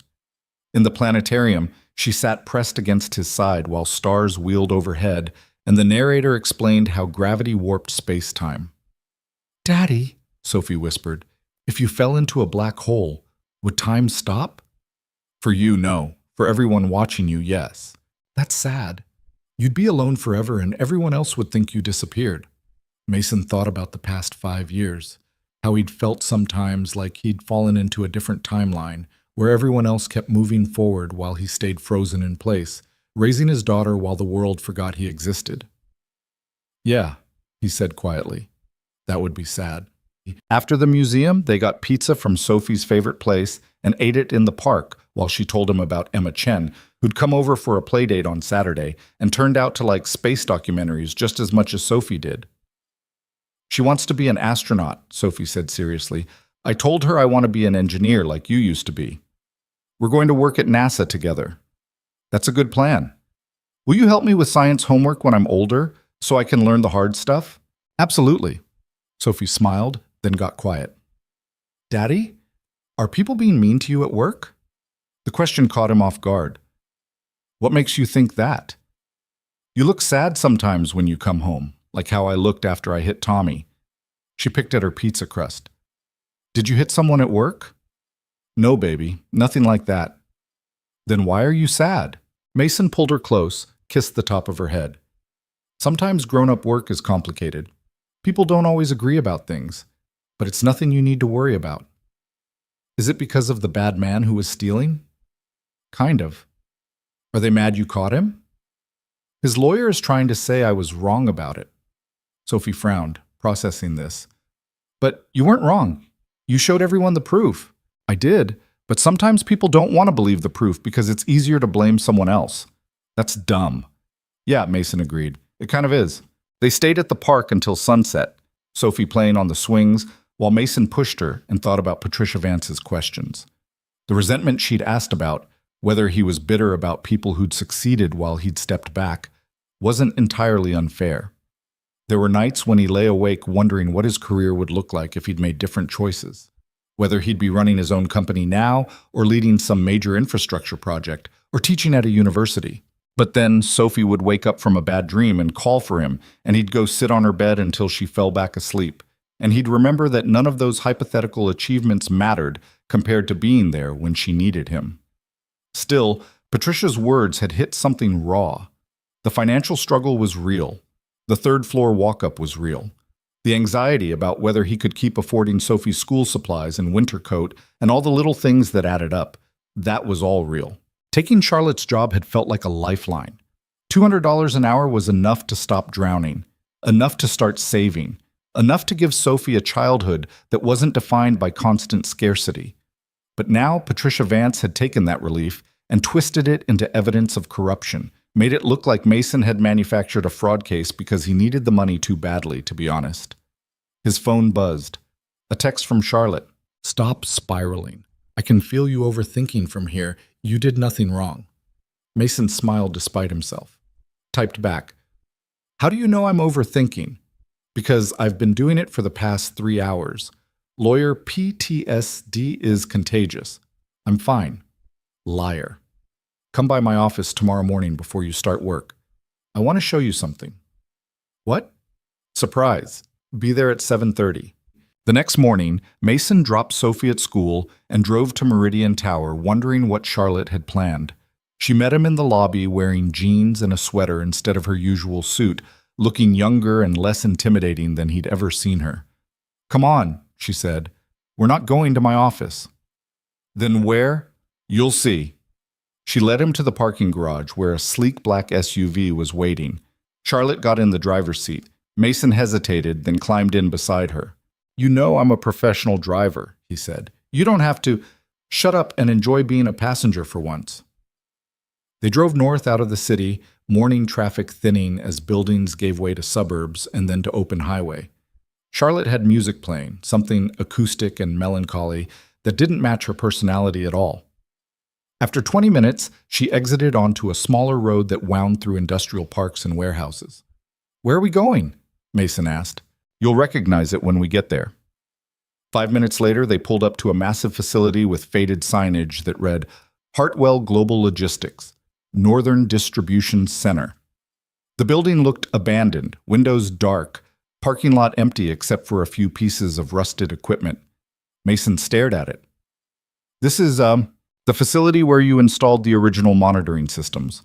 Charlotte turned off the car. "I did some research. This building's been empty since the Hartwell acquisition. The new owners stripped the equipment and left the shell." She looked at him. "I bought it yesterday." "You what?" "Bought it. The land, the building, everything. Got a good price because nobody wants a 40-year-old warehouse in the middle of nowhere." "Why would you buy this?" Charlotte opened her door. "Come inside and I'll show you." The interior was vast and echoing, sunlight streaming through high windows onto concrete floors marked with old forklift tracks and the ghosts of equipment that had been removed. Mason walked slowly through the space, remembering where control panels had been mounted, where the refrigeration units had lined the walls, where his team had spent 6 months installing the monitoring infrastructure that had won them that award. "This was my life," he said quietly. "For 6 years, I spent more time here than anywhere else." "I know." Charlotte stood beside him, looking around at the empty space. "I read the project reports. You designed something brilliant, Mason, a monitoring system that was 5 years ahead of its time. The whole industry copied it." And then I walked away. To be a father, that's not walking away. That's choosing something more important. She turned to face him. "Patricia Vance tried to make you look weak yesterday, like you failed at your career and are desperately trying to claw back relevance by sabotaging mine. That's garbage. You didn't fail. You succeeded at something harder than building systems." Mason didn't know what to say. "I brought you here," Charlotte continued, "because I want you to see what I'm planning. This facility is going to be Bennett Meridian's new northern hub. State-of-the-art cold chain storage, expanded distribution capacity, everything we need to triple our market share in this region." She paused. And I want you to design it. All of it. The monitoring systems, the security architecture, the operational flow, your vision, your standards built right this time from the ground up. Charlotte, this is a 3-year project worth $40 million. I'm offering you head of infrastructure, real title, real authority, real salary, 200,000 base plus equity. She met his eyes. And you still leave every day at 3:30 to pick up Sophie. Non-negotiable. Mason felt like the floor had shifted under him. That's insane. It's business. You're the best person for this job. I'm offering you what you're worth. I've been out of the industry for 5 years, and you still caught fraud my entire executive team missed. You still understand these systems better than anyone I could hire. Charlotte's voice was firm. I'm not offering you charity, Mason. I'm offering you a job that I genuinely need you to do. The question is whether you're ready to come back. Mason looked around the empty facility. Thought about Sophie asking if he was happy. Thought about Patricia Vance questioning whether he resented the people who'd succeeded. Thought about the choice he'd made 5 years ago and whether it had to be permanent. What about the legal case? He asked. Daniel's team is going to keep attacking my credibility. Let them. Marcus is filing motions to dismiss based on harassment. And honestly, the stronger Daniel's lawyers fight, the more obvious it is they have no real defense. Charlotte smiled slightly. He's going to lose, Mason. The evidence is too solid. This is just death throes. And if I say yes to this job, then you become the public face of our infrastructure division. You'll be doing interviews, presenting at industry conferences, rebuilding the reputation that Hartwell's collapse damaged. People will know your name again. Mason thought about anonymity, about the safety of being invisible, about 5 years of deliberately not standing out because standing out meant questions and scrutiny and the possibility that someone would judge his choices. But he also thought about Sophie at the Science Museum, talking about NASA and engineering and wanting her father to help with the hard stuff when she was older. About teaching her that walking away wasn't the same as giving up, that sometimes you could step back and then step forward again when the time was right. I need to think about it, he said. Take all the time you need. The offer stands. Charlotte checked her watch. Come on. I'll drive you back. You've got an audit to finish. On the drive back to the city, Mason's phone rang. Marcus Webb. Good news, the lawyer said. Judge Morrison threw out yesterday's deposition, called it a fishing expedition, and sanctioned Patricia Vance for witness harassment. You won't have to testify again unless they come back with specific relevant questions. That was fast. Morrison doesn't mess around. Also, we traced how Vance got those Hartwell communications. Daniel's legal team hired a private investigator who accessed archived personnel files through questionable means. We're filing a complaint with the Bar Association. After Marcus hung up, Charlotte glanced at him. See? Told you it would work out. You couldn't have known that for sure. No. But I knew you were telling the truth, and the truth usually wins eventually. She merged onto the highway. That's the difference between you and Daniel. He spent months building lies and hoping nobody would notice. You just showed up and told the truth, even when it was hard. Back at Meridian Tower, Mason threw himself into work. The audit was almost complete. 15 people cleared, 3 with minor violations, 0 evidence of ongoing fraud. He wrote up his findings in a detailed report that Charlotte could present to the board and to Victor Hale. Kim stopped by his office around noon with coffee and a sandwich. Heard you got ambushed in that deposition, she said, setting the food on his desk. Word travels fast. Lisa told me. She's friends with Marcus's assistant. Kim sat down across from him. For what it's worth, everyone here knows you didn't manufacture anything. Daniel was good at hiding things, but he wasn't good enough. Patricia Vance thinks I had financial motive. Patricia Vance is a lawyer doing her job. Doesn't mean she believes her own arguments. Kim sipped her coffee. You know what I think? What? I think you scared her. You walked in here with no preparation, no agenda, no skin in the game, and you tore apart a fraud case in 30 minutes. That's the kind of thing that makes defense attorneys nervous because it's hard to discredit genuine competence. Mason smiled despite himself. That's generous. It's accurate. Kim stood to leave, then paused at the door. Charlotte told me about the northern facility, about her offer. I haven't decided yet. Ryan wanted me to tell you something. He said if you take the job, he'd like to work on your team. Said he wants to learn from someone who actually cares about getting things right instead of just looking good on paper. After she left, Mason sat alone in his small office, thinking about teams and trust and the weight of other people's expectations. Taking Charlotte's offer meant responsibility, not just for systems, but for people, for careers and livelihoods, and the kind of leadership that required showing up every day with answers even when you weren't sure. He'd walked away from that once because it conflicted with being the father Sophie needed. Could he do both now? His phone buzzed. A text from Sophie's school. "Mr. Reed, this is Mrs. Henderson. Sophie wrote something in class today that I thought you should see." Attached was a photo of lined paper in Sophie's careful handwriting. "My dad used to build important things that helped people. Then he stopped to take care of me. Some people think he gave up, but I think he just picked something more important. When I grow up, I want to be like him and pick the important things even when they're hard." Mason stared at the message for a long time. Then he stood up, walked down the hall to Charlotte's office, and knocked on her open door. She looked up from her computer. "That was quick thinking." "I have conditions," Mason said. "Name them." "Sophie comes first, always. If she's sick, if there's a school event, if she needs me, I'm gone. No guilt, no questions." "Agreed." "I'm not working weekends. I don't care how urgent the crisis is. Saturday and Sunday are hers." "Done. And I want the authority to build a team my way.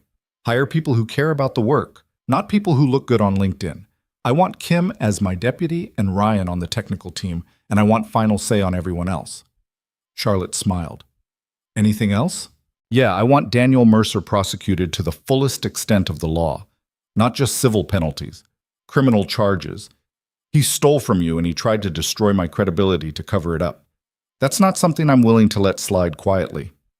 Already in motion, the DA's office opened an investigation yesterday. Charlotte stood, extended her hand. "Do we have a deal, Mr. Reed?" Mason shook her hand. "We have a deal, Miss Bennett." "Good. Now get out of here. You've got an hour before school pickup, and you're going to spend it doing something other than work."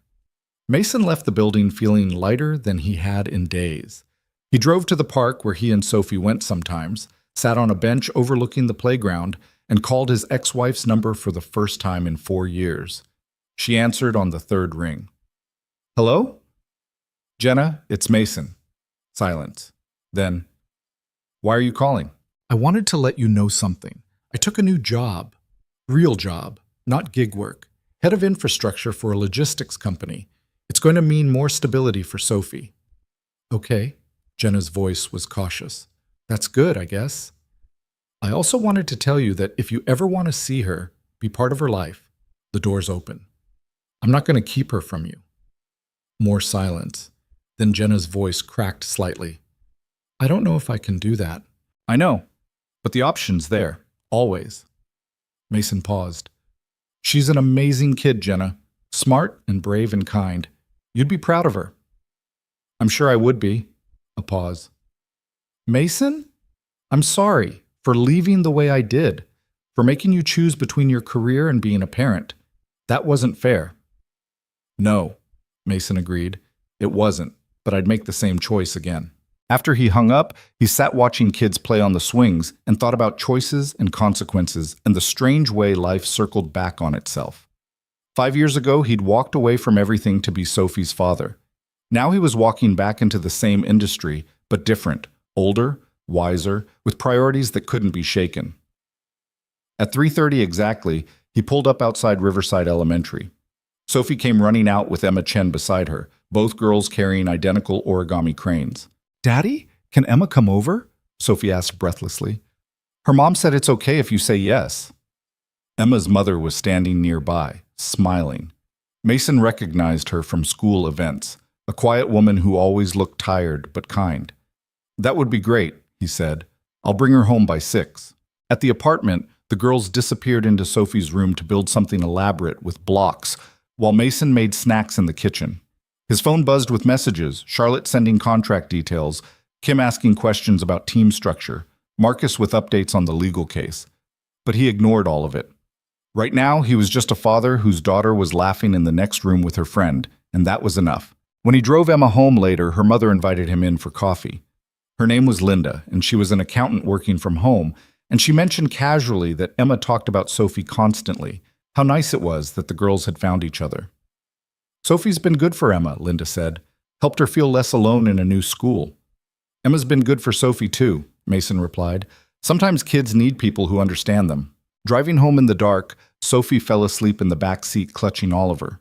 Mason carried her upstairs, tucked her into bed without waking her, and stood in the doorway watching her breathe the way he'd done 1,000 times before. Tomorrow he'd start building something new. But tonight, he'd already built everything that mattered. The first Monday of Mason's official employment at Bennett Meridian Logistics started with Sophie spilling orange juice all over her school uniform at breakfast and ended with him realizing he'd forgotten what it felt like to be responsible for other people's careers. Between those two moments, there was a staff meeting where 15 engineers stared at him with expressions ranging from skeptical to openly hostile, a budget review that made his head hurt, and a phone call with a supplier who spoke so fast, Mason had to ask him to repeat everything twice. "How was your first day?" Charlotte asked when she found him still at his desk at 3:15. "Overwhelming." Mason was gathering his things, eyes on the clock. "Your engineering team thinks I'm either a fraud or an outsider coming to fire everyone." "Are you going to fire everyone?"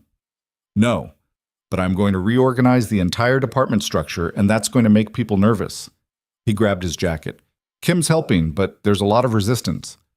Give them time. They'll come around when they see results. Or they'll quit." Charlotte leaned against the doorframe.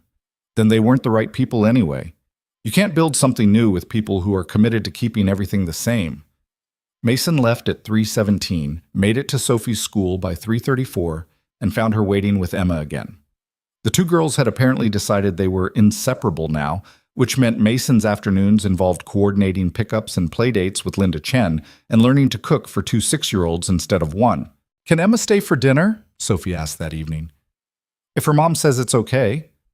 Linda did, and Mason found himself making spaghetti for 3 while the girls built an elaborate city out of cardboard boxes in the living room. When Linda came to pick Emma up at 7, she lingered in the doorway.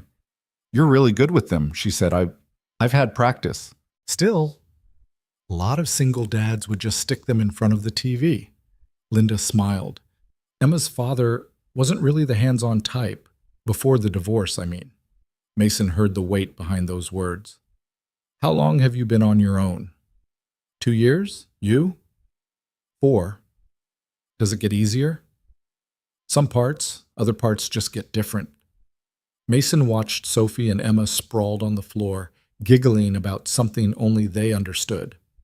But they're worth it. "Yeah," Linda agreed quietly, "they really are." After they left, Mason cleaned up dinner and helped Sophie with homework, and read their current bedtime book and tried not to think about the mountain of work waiting for him tomorrow. The Northern Facility project was massive. $40 million, 3 years, everything riding on him not screwing it up. His phone buzzed. "Charlotte." "Stop panicking. I can feel it from here." Mason smiled despite himself. "How do you always know?" "Because I do the same thing. Welcome to leadership. The anxiety never goes away. You just get better at hiding it. That's encouraging. Want to know a secret? The engineers who are hostile right now will be your strongest advocates in 6 months. The ones who push back are the ones who care enough to fight for what they think is right. You just have to prove you're worth fighting for instead of against." Mason thought about that after she signed off. Thought about the team he was inheriting. Experienced people who'd worked under Daniel's corrupted system and didn't know yet whether Mason was there to fix things or just rearrange the deck chairs. They had every right to be suspicious. The next morning, he called a department meeting. "I know you don't trust me yet," he said, standing in front of 15 skeptical faces. "I'm the outsider who showed up out of nowhere and torpedoed your CFO. From your perspective, I could be corporate's hatchet man here to clean house. So let me be clear about something. I'm not here to fire people. I'm here to build the best infrastructure division in the industry, and I can't do that alone." A senior engineer named David Chen, no relation to Linda, spoke up. "The best division or the most profitable?" "Both. They're not mutually exclusive." Mason pulled up a presentation on the conference room screen. "This is the Northern Facility project, $40 million, state-of-the-art systems, everything designed from scratch. We're going to set new standards for cold chain logistics, and every person in this room has the opportunity to be part of that. What if we don't want to be part of it?" This from a younger engineer named Sarah Park. "What if we liked how things were before? Before Daniel was stealing from the company?" Mason kept his voice level. Or before the monitoring failures that cost us millions? Sarah's face flushed, but she didn't back down. Before some random driver waltzed in and convinced Charlotte we were all incompetent. I never said you were incompetent. I said the systems had vulnerabilities that were being exploited. That's not the same thing. Feels the same when you're the one being audited. Mason nodded. You're right. It does. And I'm sorry the audit process felt like an attack. That wasn't the intention. He looked around the room. Here's what I'm offering. A fresh start. Clean slate. I don't care what happened before I got here as long as it stays in the past. What I care about is whether you're willing to help me build something that actually works. And if we're not, David asked, then you find another job. I won't fire you, but I won't fight to keep you either. Mason met his eyes. I need people who want to be here, who care about doing work that matters. If that's not you, that's fine. But decide fast because we start hiring next week and I'd rather promote from within than bring in strangers. The silence that followed was heavy. Then Kim spoke up from the back of the room. I'm in, she said. I've seen what Mason can do. I want to learn from him. Ryan Torres raised his hand. Me too. Slowly, others started nodding. Not everyone. Sarah Park still looked mutinous, and a couple of senior engineers seemed unconvinced. But enough. Enough to build something with. After the meeting, David Chen pulled Mason aside. That was a good speech, he said. But speeches are easy. Delivering is harder. I know. I worked under 3 different directors before you. They all promised change. They all failed. David crossed his arms. What makes you different? I've actually built these systems before. I know what works and what doesn't, and I don't have a career to protect by playing politics. I'm here to do the job right or not at all. David studied him for a long moment. Kim says you leave every day at 3:30 to pick up your daughter. That's right. And you're going to manage a $40 million project working half days? I'm going to manage it by hiring people I trust and giving them the authority to make decisions without micromanagement. If I'm doing my job right, the project won't fall apart because I'm not in the office 60 hours a week. Mason paused. But if that's a problem for you, say so now. It's not a problem. David smiled slightly. It's actually refreshing. My last director sent emails at 2 a.m. and expected responses within the hour. Burned out half the team. He extended his hand. I'm in.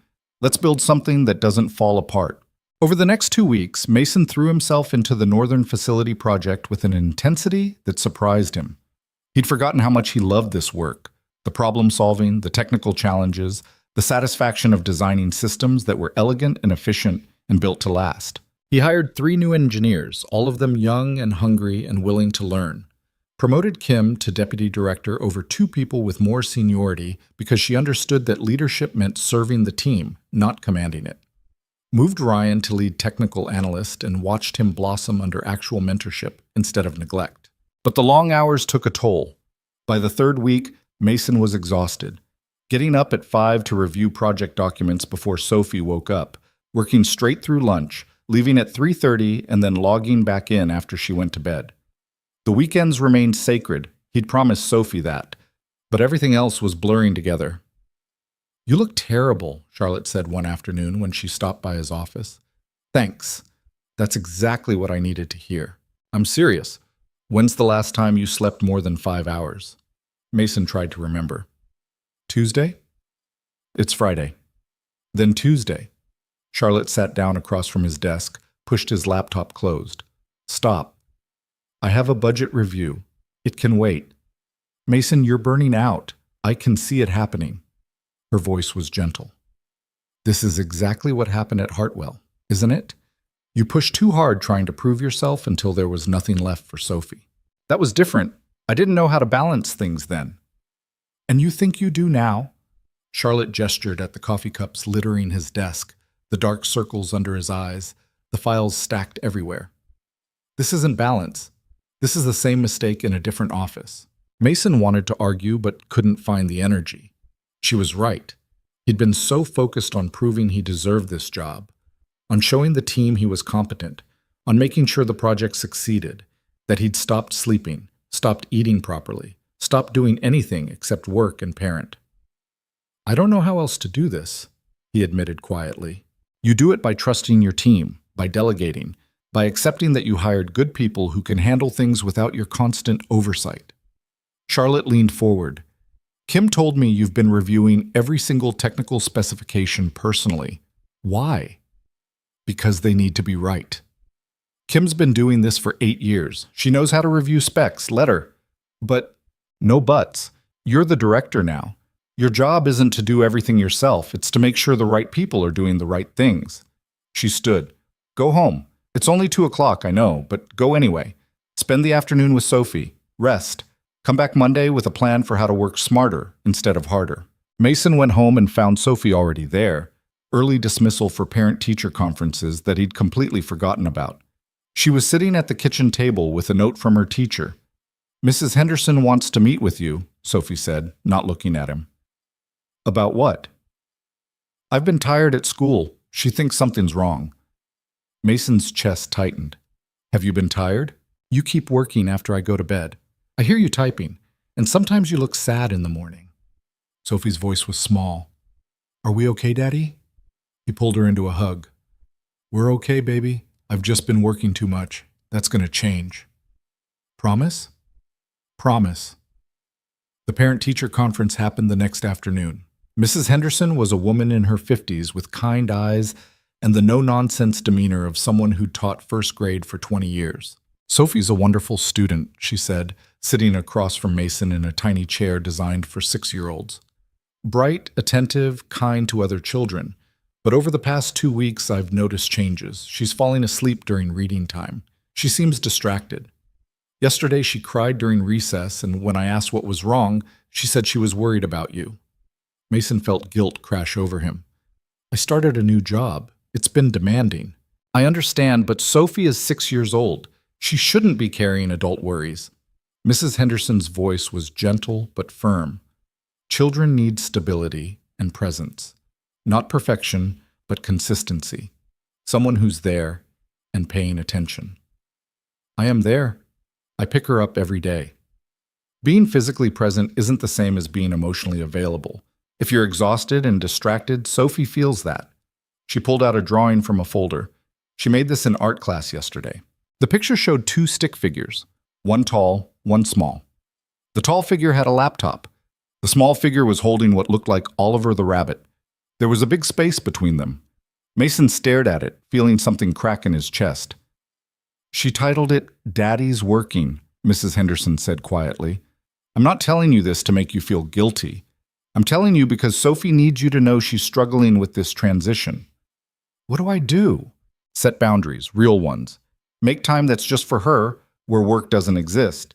Even if it's just 30 minutes before bed where you read together or talk about her day. Mrs. Henderson smiled. You're clearly a devoted father, Mr. Reed. Sophie talks about you constantly, but devotion and presence are different things. She needs both. That evening, Mason sat Sophie down at the kitchen table. I'm sorry, he said. I've been so focused on my new job that I haven't been paying enough attention to you. That's going to change. You don't have to quit again, Sophie said quickly. I know you like the work. I'm not quitting, but I am going to do better about being here when I'm here. No more working after you go to bed. No more being too tired to play. Okay? Okay. Sophie hugged him tight. I was worried you were going to disappear like Mommy did. Mason's heart broke. Never. I'm not going anywhere, baby. I promise. On Monday, Mason walked into Charlotte's office with a new plan. I need to restructure how I'm working, he said. I can't keep doing everything myself. Thank God. I was about to stage an intervention. Charlotte gestured for him to sit. What do you need? Full authority to hire a project manager who can handle the day-to-day logistics. Someone detail-oriented who can coordinate between teams and keep everything on schedule while I focus on the technical design and strategy. Done. Anyone in mind? David Chen recommended someone. His sister, actually. She's currently managing projects at a smaller firm but looking to move up. I'd like to interview her. Set it up. The sister's name was Lisa Chen, different from Charlotte's assistant, and she turned out to be exactly what Mason needed. Organized, efficient, unflappable. She could read a Gantt chart like it was a novel and had a way of getting people to meet deadlines without making them hate her. I need you to understand something, Mason told her during the final interview. I leave at 3:30 every day, no exceptions, which means you'll be handling late afternoon decisions and coordinating with teams across time zones. Are you okay with that? Are you okay with me calling you at 8 p.m. if something urgent comes up? Lisa asked. As long as it's actually urgent and not just convenient. Then we'll get along fine, she smiled. My brother says you're the real deal. That's good enough for me. With Lisa managing the project coordination and Kim handling technical oversight, Mason finally had breathing room. He started leaving work at work, started sleeping 7 hours a night, started being present when Sophie talked to him instead of mentally reviewing system specifications. The change was immediate. Sophie stopped falling asleep at school, started smiling more, brought home drawings that showed two stick figures close together, both of them happy. And somewhere in the midst of all this restructuring and delegation and learning to trust his team, Mason realized something had shifted between him and Charlotte. It started small. Coffee conversations that lasted longer than necessary. Charlotte stopping by his office just to ask how Sophie was doing. Mason noticing details he hadn't before. The way she twisted her pen when she was thinking, the tiny scar on her left hand from a childhood accident she mentioned once. They started having lunch together sometimes. Not talking about work, but about everything else. Books they'd read, places they wanted to travel, the strange experience of being 30-something and still figuring out who they were. I never wanted the company to be my whole life, Charlotte admitted one afternoon. They were eating sandwiches in the small park near Meridian Tower, taking advantage of unseasonably warm November weather. I wanted to build something that mattered, yes, but I also wanted a life outside of boardrooms and investor meetings. What stopped you? Fear, mostly. Fear that if I wasn't working constantly, everything would fall apart. Fear that the moment I took my eye off things, someone would steal it or destroy it or prove I didn't deserve it in the first place. She looked at him. Daniel's betrayal confirmed all of that, made me think I was right to trust nothing except my own vigilance. But you hired me anyway, because you showed me something I'd forgotten, that the people who deserve trust usually aren't the ones demanding it. They're the ones quietly doing the work because it matters, not because someone's watching. Charlotte smiled. You left at 3:30 on the most important day of your consulting career because your daughter needed you. That told me everything about your priorities. Some people would say that makes me unreliable. Some people are idiots. She crumpled her sandwich wrapper. You know what I've learned watching you build your team? Real leadership isn't about working the most hours or making the biggest sacrifices. It's about showing up consistently for the things that matter and trusting other people to do the same. Mason thought about that on the drive to pick up Sophie. Thought about how Charlotte had spent 3 years working 80-hour weeks because she was afraid of appearing weak. How he'd done the same thing at Hartwell until his marriage collapsed. How they'd both learned the hard way that presence without boundaries was just another form of absence. Sophie had Emma with her again when he pulled up to the school. Can we all go to the park? Sophie asked. Emma's mom said she'll meet us there. The park was crowded with after-school kids. Mason and Linda ended up sitting on a bench together while Sophie and Emma played, and somehow the conversation turned personal. Sophie talks about your boss a lot, Linda mentioned. Charlotte, right? Yeah, she's good to work for. Sophie seems to think there's something more there. Mason looked at her, surprised. What did she say? That you smile differently when you talk about Charlotte, that you check your phone a lot to see if she texted. Linda smiled. 6-year-olds notice everything. We're friends. That's all. Okay. Linda didn't sound convinced. But Mason, if it becomes something more, that's okay too. You're allowed to have a life that isn't just about being Sophie's dad. I don't know if I'm ready for that. Nobody's ever ready. You just decide whether it's worth trying. That evening, after Sophie was asleep, Mason found himself thinking about Charlotte, about the way she listened when he talked about Sophie, asked questions that showed she was actually paying attention, remembered small details from previous conversations, about how she'd bought an abandoned warehouse just to give him a project that mattered, about how she'd become the first person besides Sophie who made him want to show up as his full self instead of just the parts that were useful. His phone buzzed. Charlotte. Random question. Do you like Thai food? Love it. Why? There's a place near my apartment that makes the best pad see ew in the city. I've been craving it all day, but eating alone is depressing. Want to join me for dinner tomorrow? After Sophie's bedtime, obviously. Mason stared at the message. It wasn't a date. It was just dinner between colleagues, friends, two people who enjoyed each other's company sharing a meal. Except it felt like more than that. I'll need to find a sitter, he typed back. Kim's mom. She already offered. I asked her this afternoon if she'd be available. You planned this. I'm a CEO. I plan everything. So is that a yes? Mason thought about Linda's words, about being allowed to have a life that wasn't just about being Sophie's dad, about whether it was worth trying. Yes, he typed. That's a yes. The next evening, he dropped Sophie at Kim's mother's house with her overnight bag and Oliver the rabbit. She went in excitedly, already friends with Kim's kids from previous playdates. You look nervous, Mrs. Torres observed. Is it that obvious? Honey, you're wearing cologne. When's the last time you wore cologne to pick up Thai food? Mason smiled despite himself. It's just dinner. Sure it is, Mrs. Torres patted his arm. Have fun. Sophie will be fine. The restaurant was small and intimate, tucked into a side street Charlotte had somehow found despite living in the city for years. She was already there when he arrived, sitting at a corner table wearing jeans and a soft sweater that made her look younger and less intimidating than her usual power suits. You made it, she said, smiling. Traffic wasn't too bad. They ordered too much food and talked about everything except work. Charlotte told him about growing up in Boston, daughter of two professors who expected excellence and got frustrated when she chose business over academia. Mason told her about Sophie's obsession with space and how he'd been reading astronomy books just to keep up with her questions. She sounds extraordinary, Charlotte said. She is. Terrifying sometimes, but extraordinary. Like her father. Mason laughed. I'm not terrifying. You expose systematic fraud in 30 minutes. That's pretty terrifying from a criminal's perspective. Charlotte's expression turned more serious. Can I ask you something personal? Sure. Do you regret it? Walking away from your career, giving up everything you'd built? Mason thought about the question. Sometimes I wonder what my life would look like if I'd made different choices, whether I'd be running my own firm or teaching at a university or working on some massive infrastructure project. But regret? He shook his head.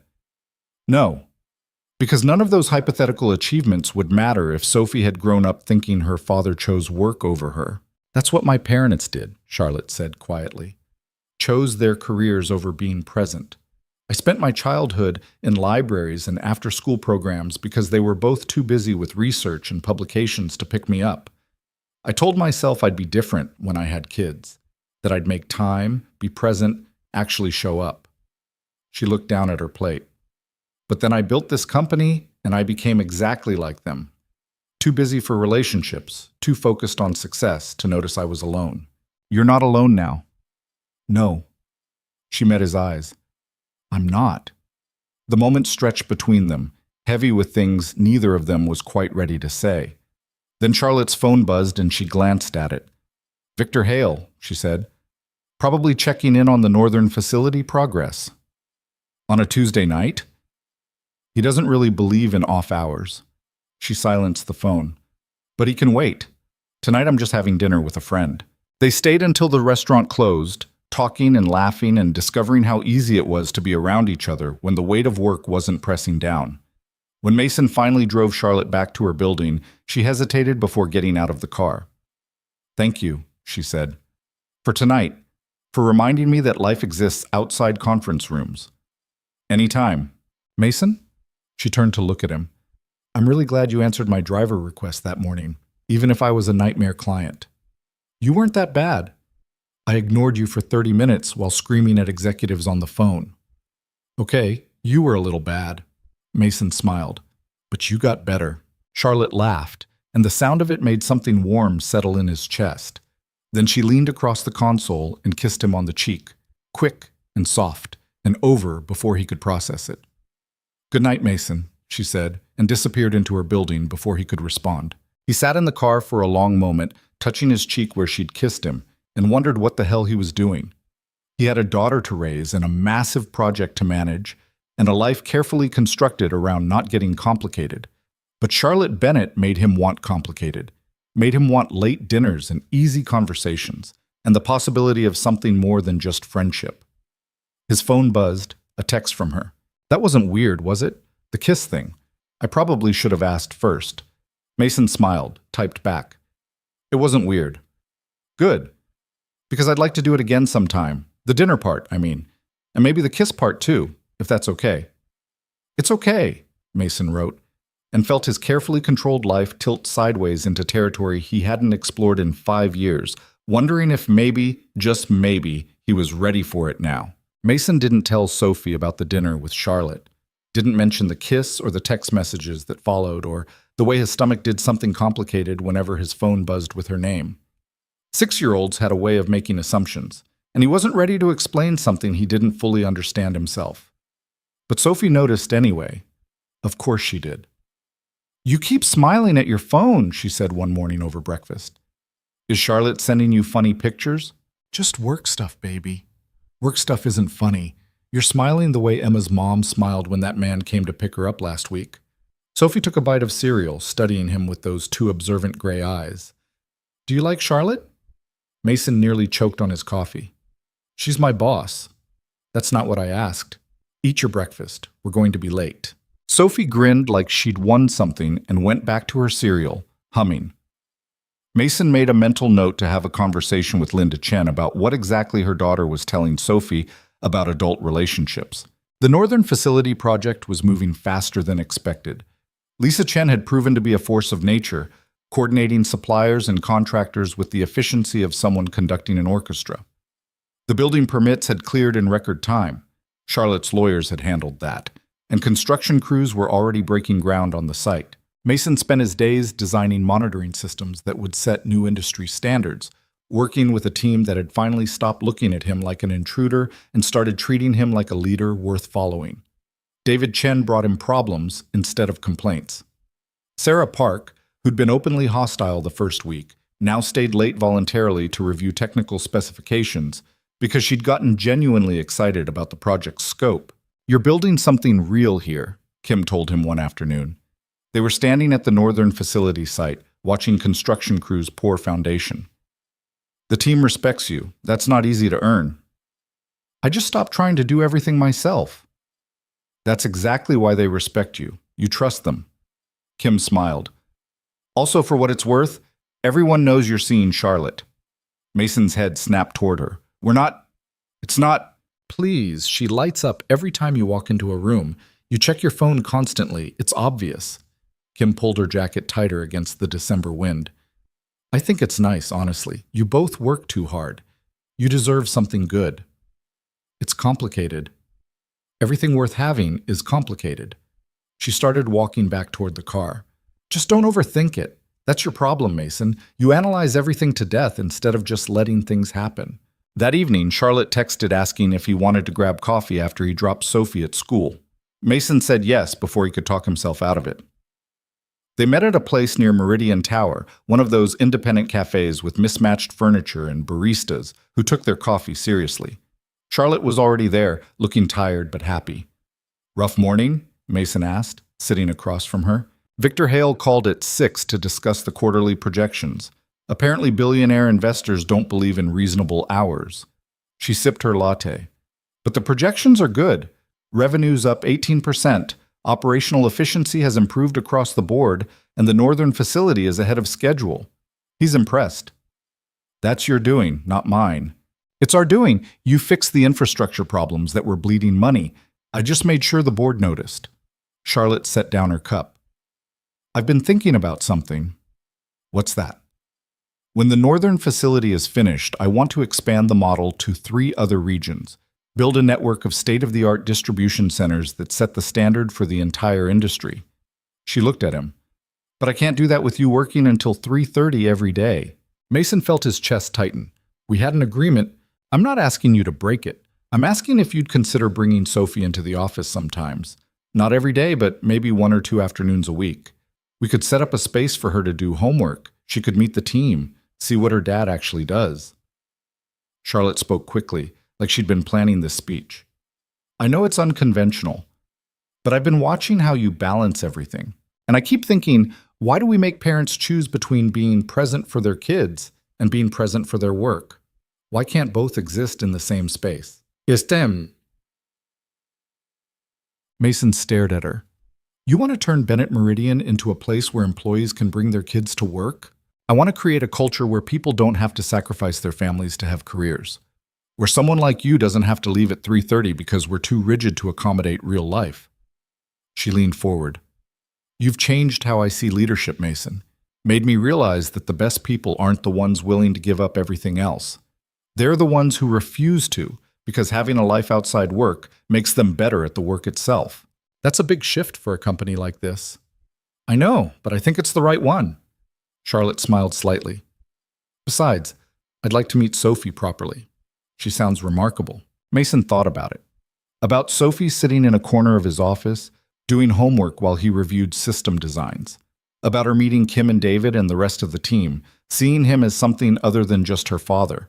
About the possibility of not having to compartmentalize his life into separate boxes that never touched. Let me talk to her, he said. See what she thinks. Sophie's reaction was predictable. I get to see where you work? Really? If you want to. You'd need to be quiet while I'm in meetings, and you'd have to bring homework to do. I'll bring all my homework, and my space books, and Oliver. She was already planning. Can I meet Charlotte? Probably. Does she know I punched Tommy Martinez? I have no idea why that would come up. I just want her to know I can defend myself, in case she tries to hurt you. Mason couldn't help laughing. Charlotte's not going to hurt me, baby. You don't know that. Emma's mom said her dad seemed nice too, and then he left. Sophie's expression turned serious. I don't want you to be sad like Emma's mom was sad. Mason pulled her into a hug. I'm not going to be sad. And Charlotte's not like that. She's different. Different good or different weird? Different good. Okay. Sophie pulled back, studying his face with that unnerving intensity she'd inherited from him. But if she makes you cry, I'm going to punch her too. Please don't punch my boss.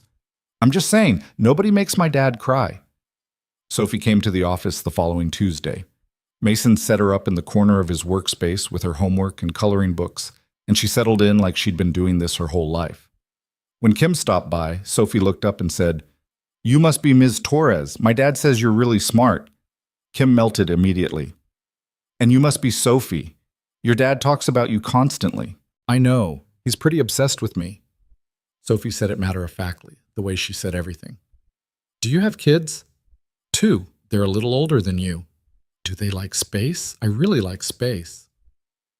Within 10 minutes, Kim had promised to introduce Sophie to her kids and lent her a book about the Mars rovers. David Chen stopped by and ended up explaining how GPS satellites worked. Sarah Park showed her pictures of the northern facility construction. By the time Charlotte appeared in the doorway at 2:30, Sophie had charmed half the department.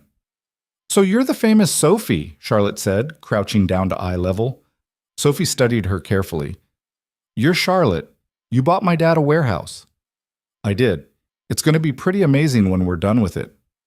My dad says you're really good at your job. He's pretty good at his job, too. I know. Sophie glanced at Mason, then back at Charlotte. Are you going to marry him? Mason nearly dropped his coffee. Sophie. What? Emma says when grown-ups have dinner alone, it means they're going to get married. I'm just asking. Charlotte handled it better than Mason expected, fighting back a smile. Your dad and I are friends right now. Is that okay with you? Sophie considered this. I guess. But if you do decide to marry him, I should probably meet you more first, to make sure you're nice. That seems fair. And you have to promise not to make him work too much. He gets tired and then he's not fun. I promise. Charlotte extended her hand. Deal? Sophie shook it solemnly. Deal. Also, I punched a kid at school once, just so you know I can defend people if I need to. Good to know. Charlotte stood, met Mason's eyes over Sophie's head. Her expression was warm and amused, and something else he couldn't quite name. I'll let you get back to work. Nice meeting you properly, Sophie. After she left, Sophie returned to her coloring. I like her. She didn't talk to me like I'm stupid. Most people don't think you're stupid, baby. Some adults do. They use weird voices and ask dumb questions. Sophie picked up a purple crayon. Charlotte talked to me normal. That's good. The weeks that followed fell into a new rhythm. Sophie came to the office twice a week, becoming a fixture in the infrastructure department. The team took to her immediately. She was quiet, well-behaved, and asked questions that showed she was actually paying attention to what they did. And slowly, carefully, Mason and Charlotte's relationship shifted into something more than friendship. It happened in small moments. Charlotte staying late on the evening Sophie was there, the three of them grabbing dinner together. Weekend texts that had nothing to do with work. Charlotte showing up at Sophie's school play in December, sitting beside Mason in the auditorium and whispering commentary that made him fight to keep from laughing. After the play, Sophie ran up to them both, still wearing her costume as reindeer number 3. "Did you see me?" she asked breathlessly. "You were the best reindeer," Charlotte said seriously. "Very convincing antler work." Sophie beamed. Then she looked between them and said, "You're holding hands." Mason glanced down. She was right. Somewhere during the performance, his hand had found Charlotte's. "Is that okay?" Charlotte asked Sophie. Sophie thought about it for a long moment. Then she grabbed both their hands and started pulling them toward the exit. "Come on, Emma's mom is taking us for ice cream, and she said you could come too." At the ice cream shop, Mason found himself sitting in a booth with Sophie on one side and Charlotte on the other, across from Linda Chen and Emma. It felt surreal and domestic and terrifying in equal measure. "So you're the famous Charlotte," Linda said, smiling. "Emma's told me a lot about you." "Has she?" Charlotte looked amused. "She says Sophie says her dad likes you a lot, and you have an important job, and sometimes you buy Sophie books about space." "Guilty on all counts," Charlotte glanced at Mason. "Sophie's easy to buy books for. She has excellent taste." After ice cream, Mason walked Charlotte to her car. Sophie was safely occupied helping Emma build a snowman in the coffee shop's courtyard under Linda's supervision. "Your daughter is remarkable," Charlotte said. "Terrifying, but remarkable. She likes you. That's rare." "What about you?" Charlotte turned to face him. "Do you like me?" "I think you know the answer to that." "I'd like to hear you say it anyway." Mason looked at her, this brilliant, fierce woman who'd bought him a warehouse and restructured her company's culture and showed up to his daughter's school play. Who made him want to believe that having both a career and a life wasn't just possible, but right? "I like you," he said, "more than I've liked anyone in a very long time." Charlotte smiled, reached up and kissed him properly this time. Not quick and hesitant like before, but slow and certain. When they broke apart, she was still smiling. "Good," she said, "because I'm falling for you, Mason Reed, and I wanted to make sure you were on board before I completely lost my head over this." "I'm on board." "Good," she said again, and kissed him once more before Sophie's voice called out from across the parking lot. "Dad, Emma and I need help with the snowman's head." The trial against Daniel Mercer happened in January. Mason had to testify, they all did. But this time Patricia Vance couldn't attack his credibility because the evidence was overwhelming. Financial records, system logs, testimony from Ryan Torres about the stolen credentials, statements from suppliers who'd been part of the insurance fraud scheme. Daniel's defense collapsed in 3 days. The jury took 4 hours to convict him on all counts: fraud, embezzlement, theft, conspiracy. The judge sentenced him to 8 years in prison and ordered him to pay full restitution to Bennett Meridian Logistics. Charlotte stood outside the courthouse afterward, talking to reporters about corporate accountability and the importance of transparency. Mason waited in the background, watching her handle the press with the same fierce competence she brought to everything. When she finally broke away, she found him leaning against the car. "It's over," she said. "How do you feel?" "Relieved. Angry that it happened at all. Grateful it's done." She leaned against the car beside him. "Victor called during the lunch recess. He wants to triple his investment. Says watching us expose fraud and rebuild the company in 6 months was the best due diligence he could have asked for." "That's good news." "It's incredible news. We'll be able to expand to 5 regions instead of 3, build everything faster, hire more people." She looked at him. "I'm going to need a COO who understands operations and infrastructure, someone who knows how to build systems and lead teams and isn't afraid to tell me when I'm wrong." Mason raised an eyebrow. "You offering me another promotion?" "I'm offering you a partnership, equal say in how this company grows, your name on the letterhead." Charlotte's voice was serious now. "I can't do this alone, Mason. I don't want to. You've shown me what this company could be, not just profitable, but good. A place where people want to work because we actually care about them." I have a condition. Name it. We implement flexible scheduling company-wide. Not just for me, for everyone. Parents who need to leave early, employees with family obligations, anyone who needs to balance life and work. We make it standard policy. Charlotte smiled. Deal. What else? On-site childcare. Professional, high quality, available to all employees. We make it possible for people to be parents and professionals without having to sacrifice one for the other. Done. I've already been talking to contractors about converting the third floor. And one more thing. Mason turned to face her properly. I want you to take Sundays off. Real off. No emails, no work calls, no emergency meetings unless someone's literally dying. That's going to be hard. I know. But you're asking me to help you build something sustainable. Sustainable includes you not burning out. He took her hand. We're partners now, which means I get to call you out when you're working yourself to death. Charlotte laughed, squeezed his hand. Okay, Sunday's off, but you have to do something for me too. What's that? Stop acting like you don't deserve this. The job, the success, the life you're building. You walked away from your career for the right reasons, and now you're walking back into it on your own terms. That's not lucky. That's earned. Mason didn't know what to say to that. Spent 5 years thinking of himself as someone who'd failed at balancing career and family, who'd made the noble choice but lost something irreplaceable in the process. Charlotte was reframing it as strength instead of sacrifice, and he wasn't sure how to hold that shift. Come on, Charlotte said, pulling him toward the car. We're picking up Sophie and taking her somewhere celebratory. Where does a 6-year-old want to go to celebrate justice being served? Probably the Science Museum? Perfect. I haven't been to a science museum in 20 years. They picked Sophie up from Kim's mother's house and drove to the museum together. Sophie ran ahead through the exhibits, explaining facts about dinosaurs and space and the human brain with the confidence of someone who'd memorized every display. Charlotte asked questions and listened to the answers like they mattered, and Mason watched them together and felt something settle in his chest that he hadn't felt in years. Like maybe he hadn't given up anything after all. Like maybe he'd just been waiting for the right people to build something with. In the planetarium, Sophie sat between them while stars wheeled overhead, and the narrator explained the death of massive stars, how they collapsed and exploded and scattered elements across the universe that would eventually form new solar systems, new planets, new possibilities. Everything ends, the narrator said, but nothing is ever really lost. It just transforms into something different.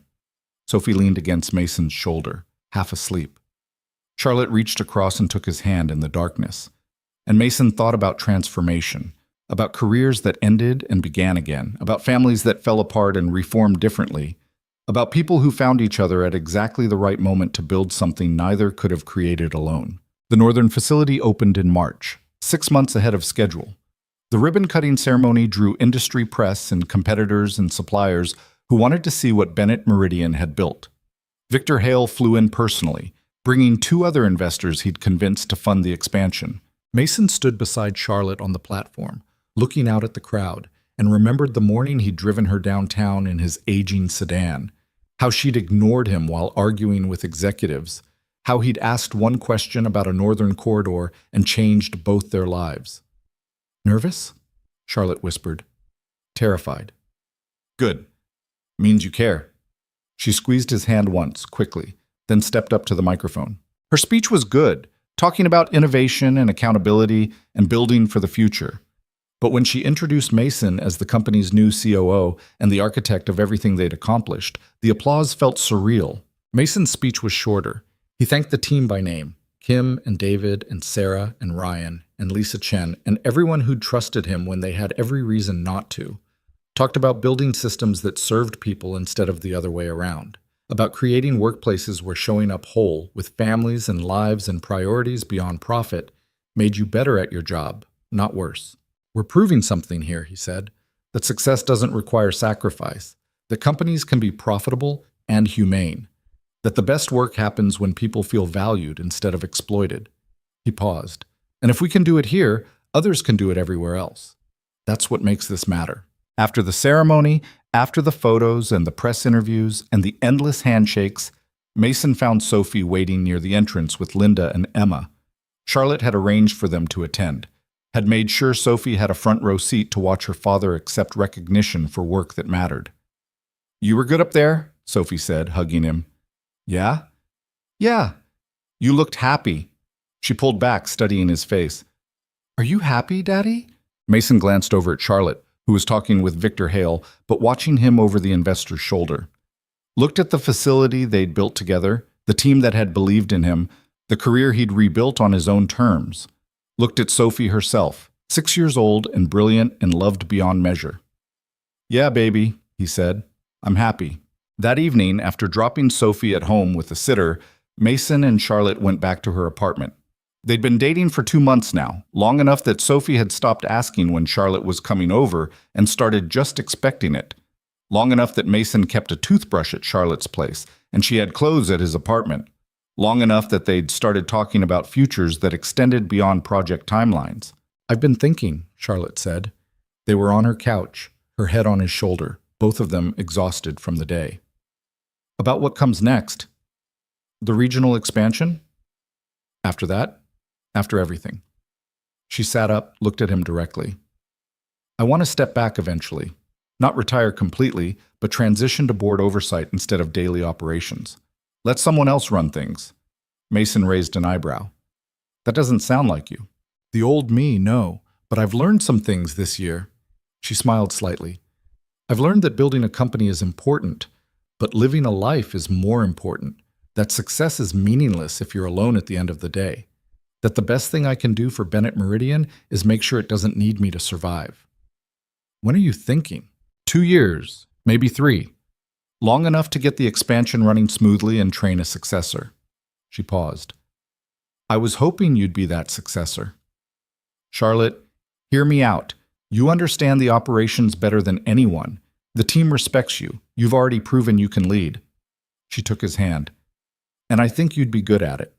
Better than me, honestly, because you care about people in ways I'm still learning. Mason thought about it. About running a company while still making it home by 3:30. About building something that valued balance over burnout. About the possibility of creating a model other companies would copy, the way they'd copied his monitoring systems years ago. What would you do? He asked. If you stepped back, travel, read books that aren't about business, spend time with people I care about without always having one eye on my phone. Charlotte smiled. Maybe get to know a certain 6-year-old better, if her father doesn't mind. I think she'd like that. What about you? Would you like that? Mason pulled her close, kissed her temple. Yeah, I'd like that a lot. They sat in comfortable silence for a while. Then Charlotte said quietly, I've been thinking about something else too. What's that? Sophie asked me last week if I was going to be her mom someday. Mason went very still. What did you say? I said that was up to her dad and me to figure out together, that I cared about both of you a lot, but big decisions took time. Charlotte looked at him. Was that okay? It was perfect. Mason's throat felt tight. What do you want, if we're being honest? Honestly? I want mornings where I wake up next to you. I want to help Sophie with her science homework and attend her school plays and teach her things I wish someone had taught me. I want Sunday breakfasts and family dinners and all the boring, ordinary moments that make up a life. She paused. I want to build something with you that has nothing to do with business and everything to do with being happy. That's a big change from where you were 6 months ago. You're a big change from where I was 6 months ago. Charlotte smiled. You showed up in a faded blue shirt, driving an old car, and you changed everything. Made me see people instead of resources. Made me want a life instead of just a career. Made me believe that having both was possible. Mason thought about the morning he'd accepted that last-minute driver request. How he'd been exhausted and worried about money and wondering if he'd made the wrong choice walking away from engineering. How Charlotte had been stressed and focused and certain that success meant working harder than everyone else.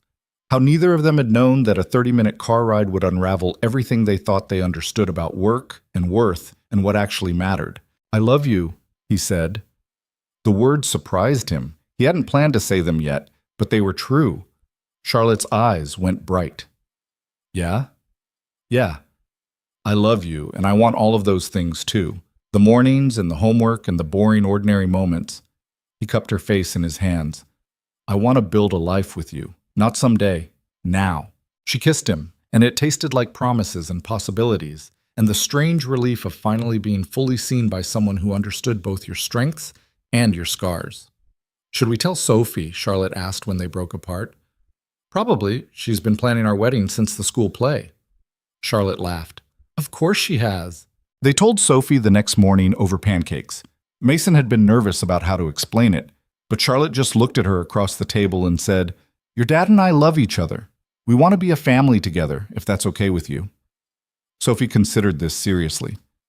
"Will you live here, or will we live at your place?" "We'll have to figure that out." "Can I still do homework at the office?" "Absolutely."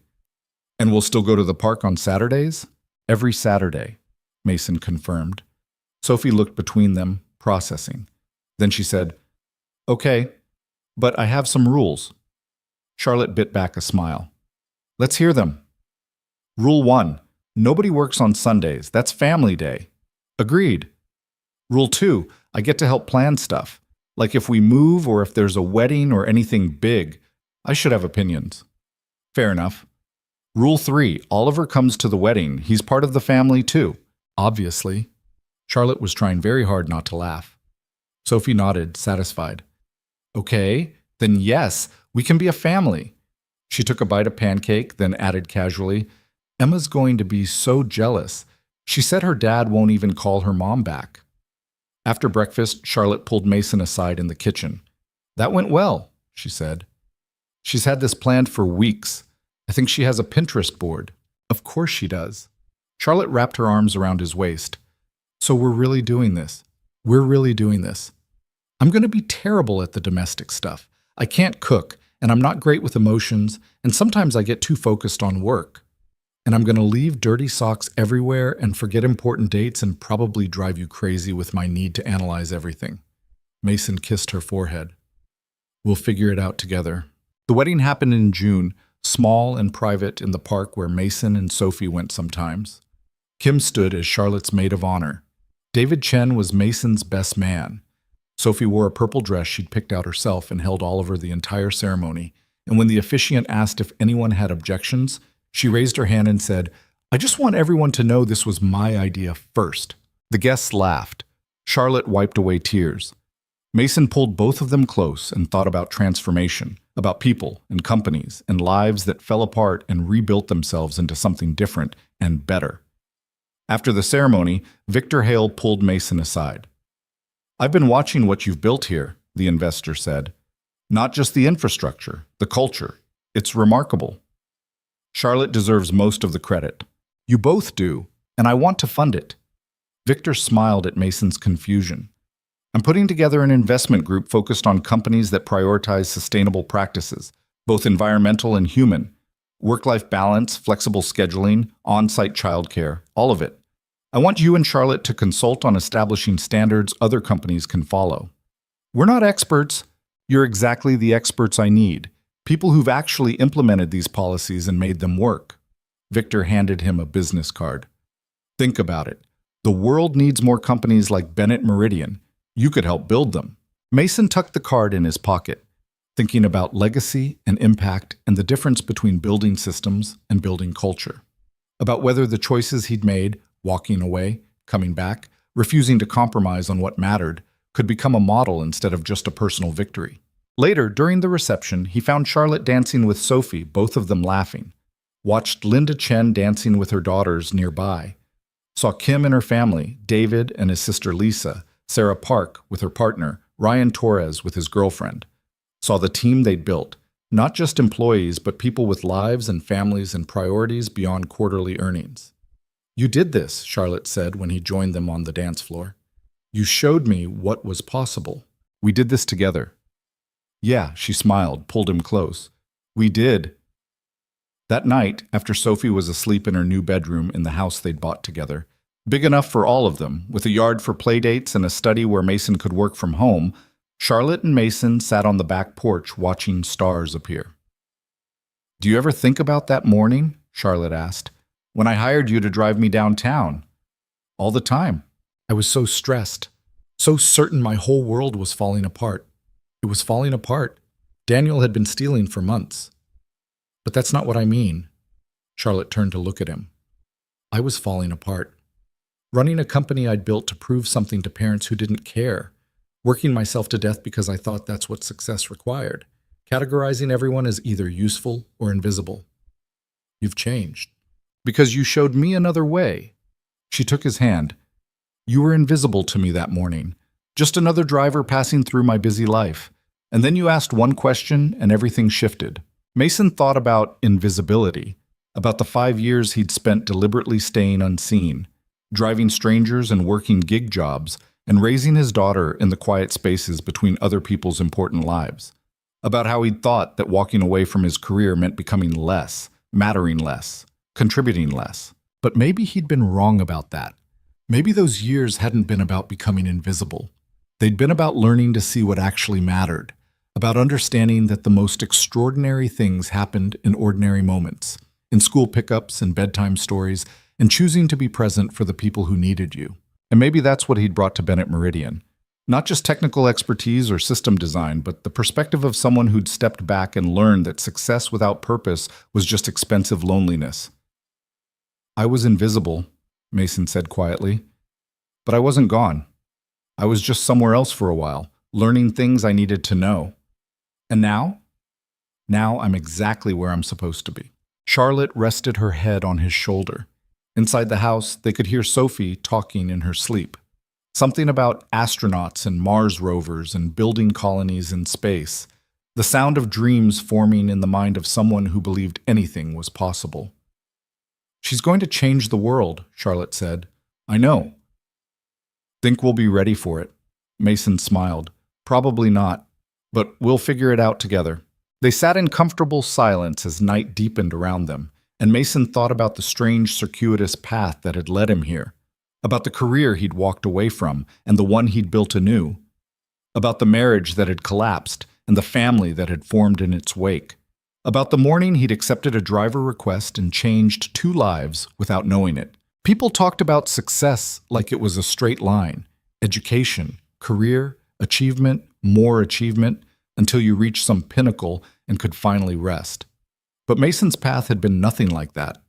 It had been a walk away and a walk back, a loss and a discovery, a choice to prioritize one thing and then learning that prioritizing it made everything else possible. He'd thought walking away from engineering meant giving up his career forever. Instead, it had taught him how to build companies that valued people, had given him the perspective to see what Charlotte couldn't, that systems were meaningless if the humans running them were breaking under the pressure. And now they were building something together that proved both were possible. That you could have a family and a career, success and balance, achievement and presence. That the best work came from people who showed up whole instead of fractured, who refused to sacrifice everything else on the altar of productivity. It wouldn't change the whole world overnight. Other companies would still demand 80-hour weeks and punish people for having lives. But it was a start, a model. Proof that another way existed. Inside, Sophie called out in her sleep. Not a nightmare, just a question about stars. Mason went to her, sat on the edge of her bed until she settled again, then returned to the porch where Charlotte was waiting. Everything okay? She asked. Everything's perfect. And it was. Not because everything was easy or simple or smoothly resolved, not because they'd solved all their problems or figured out every answer, but because they were building something together that mattered. A company, a family, a life that valued the right things. Mason Reed had started that Tuesday morning 5 years ago as a brilliant engineer who was about to lose everything, had become a struggling single father who thought he'd given up his future to save his daughters, and had ended up here, COO of a thriving company, husband to a woman he loved, father to a remarkable kid who was going to build colonies on Mars someday. The journey between those versions of himself hadn't been straight or simple, but every step had been necessary. Every choice had mattered.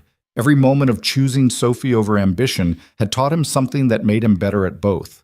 And sitting on his back porch on a June evening, watching stars emerge while his daughter dreamed and his wife planned tomorrow's meetings, and the future stretched out before them full of possibility, Mason understood finally that he hadn't sacrificed anything at all. He'd just been building something different than he'd planned, something better than he'd imagined, something that proved the most important question wasn't whether you could have it all, but whether you were brave enough to define what all actually meant. For him, it meant this house, this family, this life built from careful choices and refused compromises, and the courage to walk away from what everyone said mattered, so he could build something that actually did. And if a struggling single father could become a successful executive without sacrificing the parts of himself that mattered most, then maybe anyone could. Maybe the whole broken system of work and worth and what it meant to be successful was ready to transform into something better. Maybe it just needed people brave enough to show it was possible. Mason looked at Charlotte, at the home they'd built together, at the future they were creating. And he smiled, because for the first time in 5 years, he wasn't just surviving or sacrificing or holding on until things got better. He was living, fully, completely, exactly as himself. And that, he thought, was worth more than any career achievement or financial success or recognition could ever be. That was what it meant to win.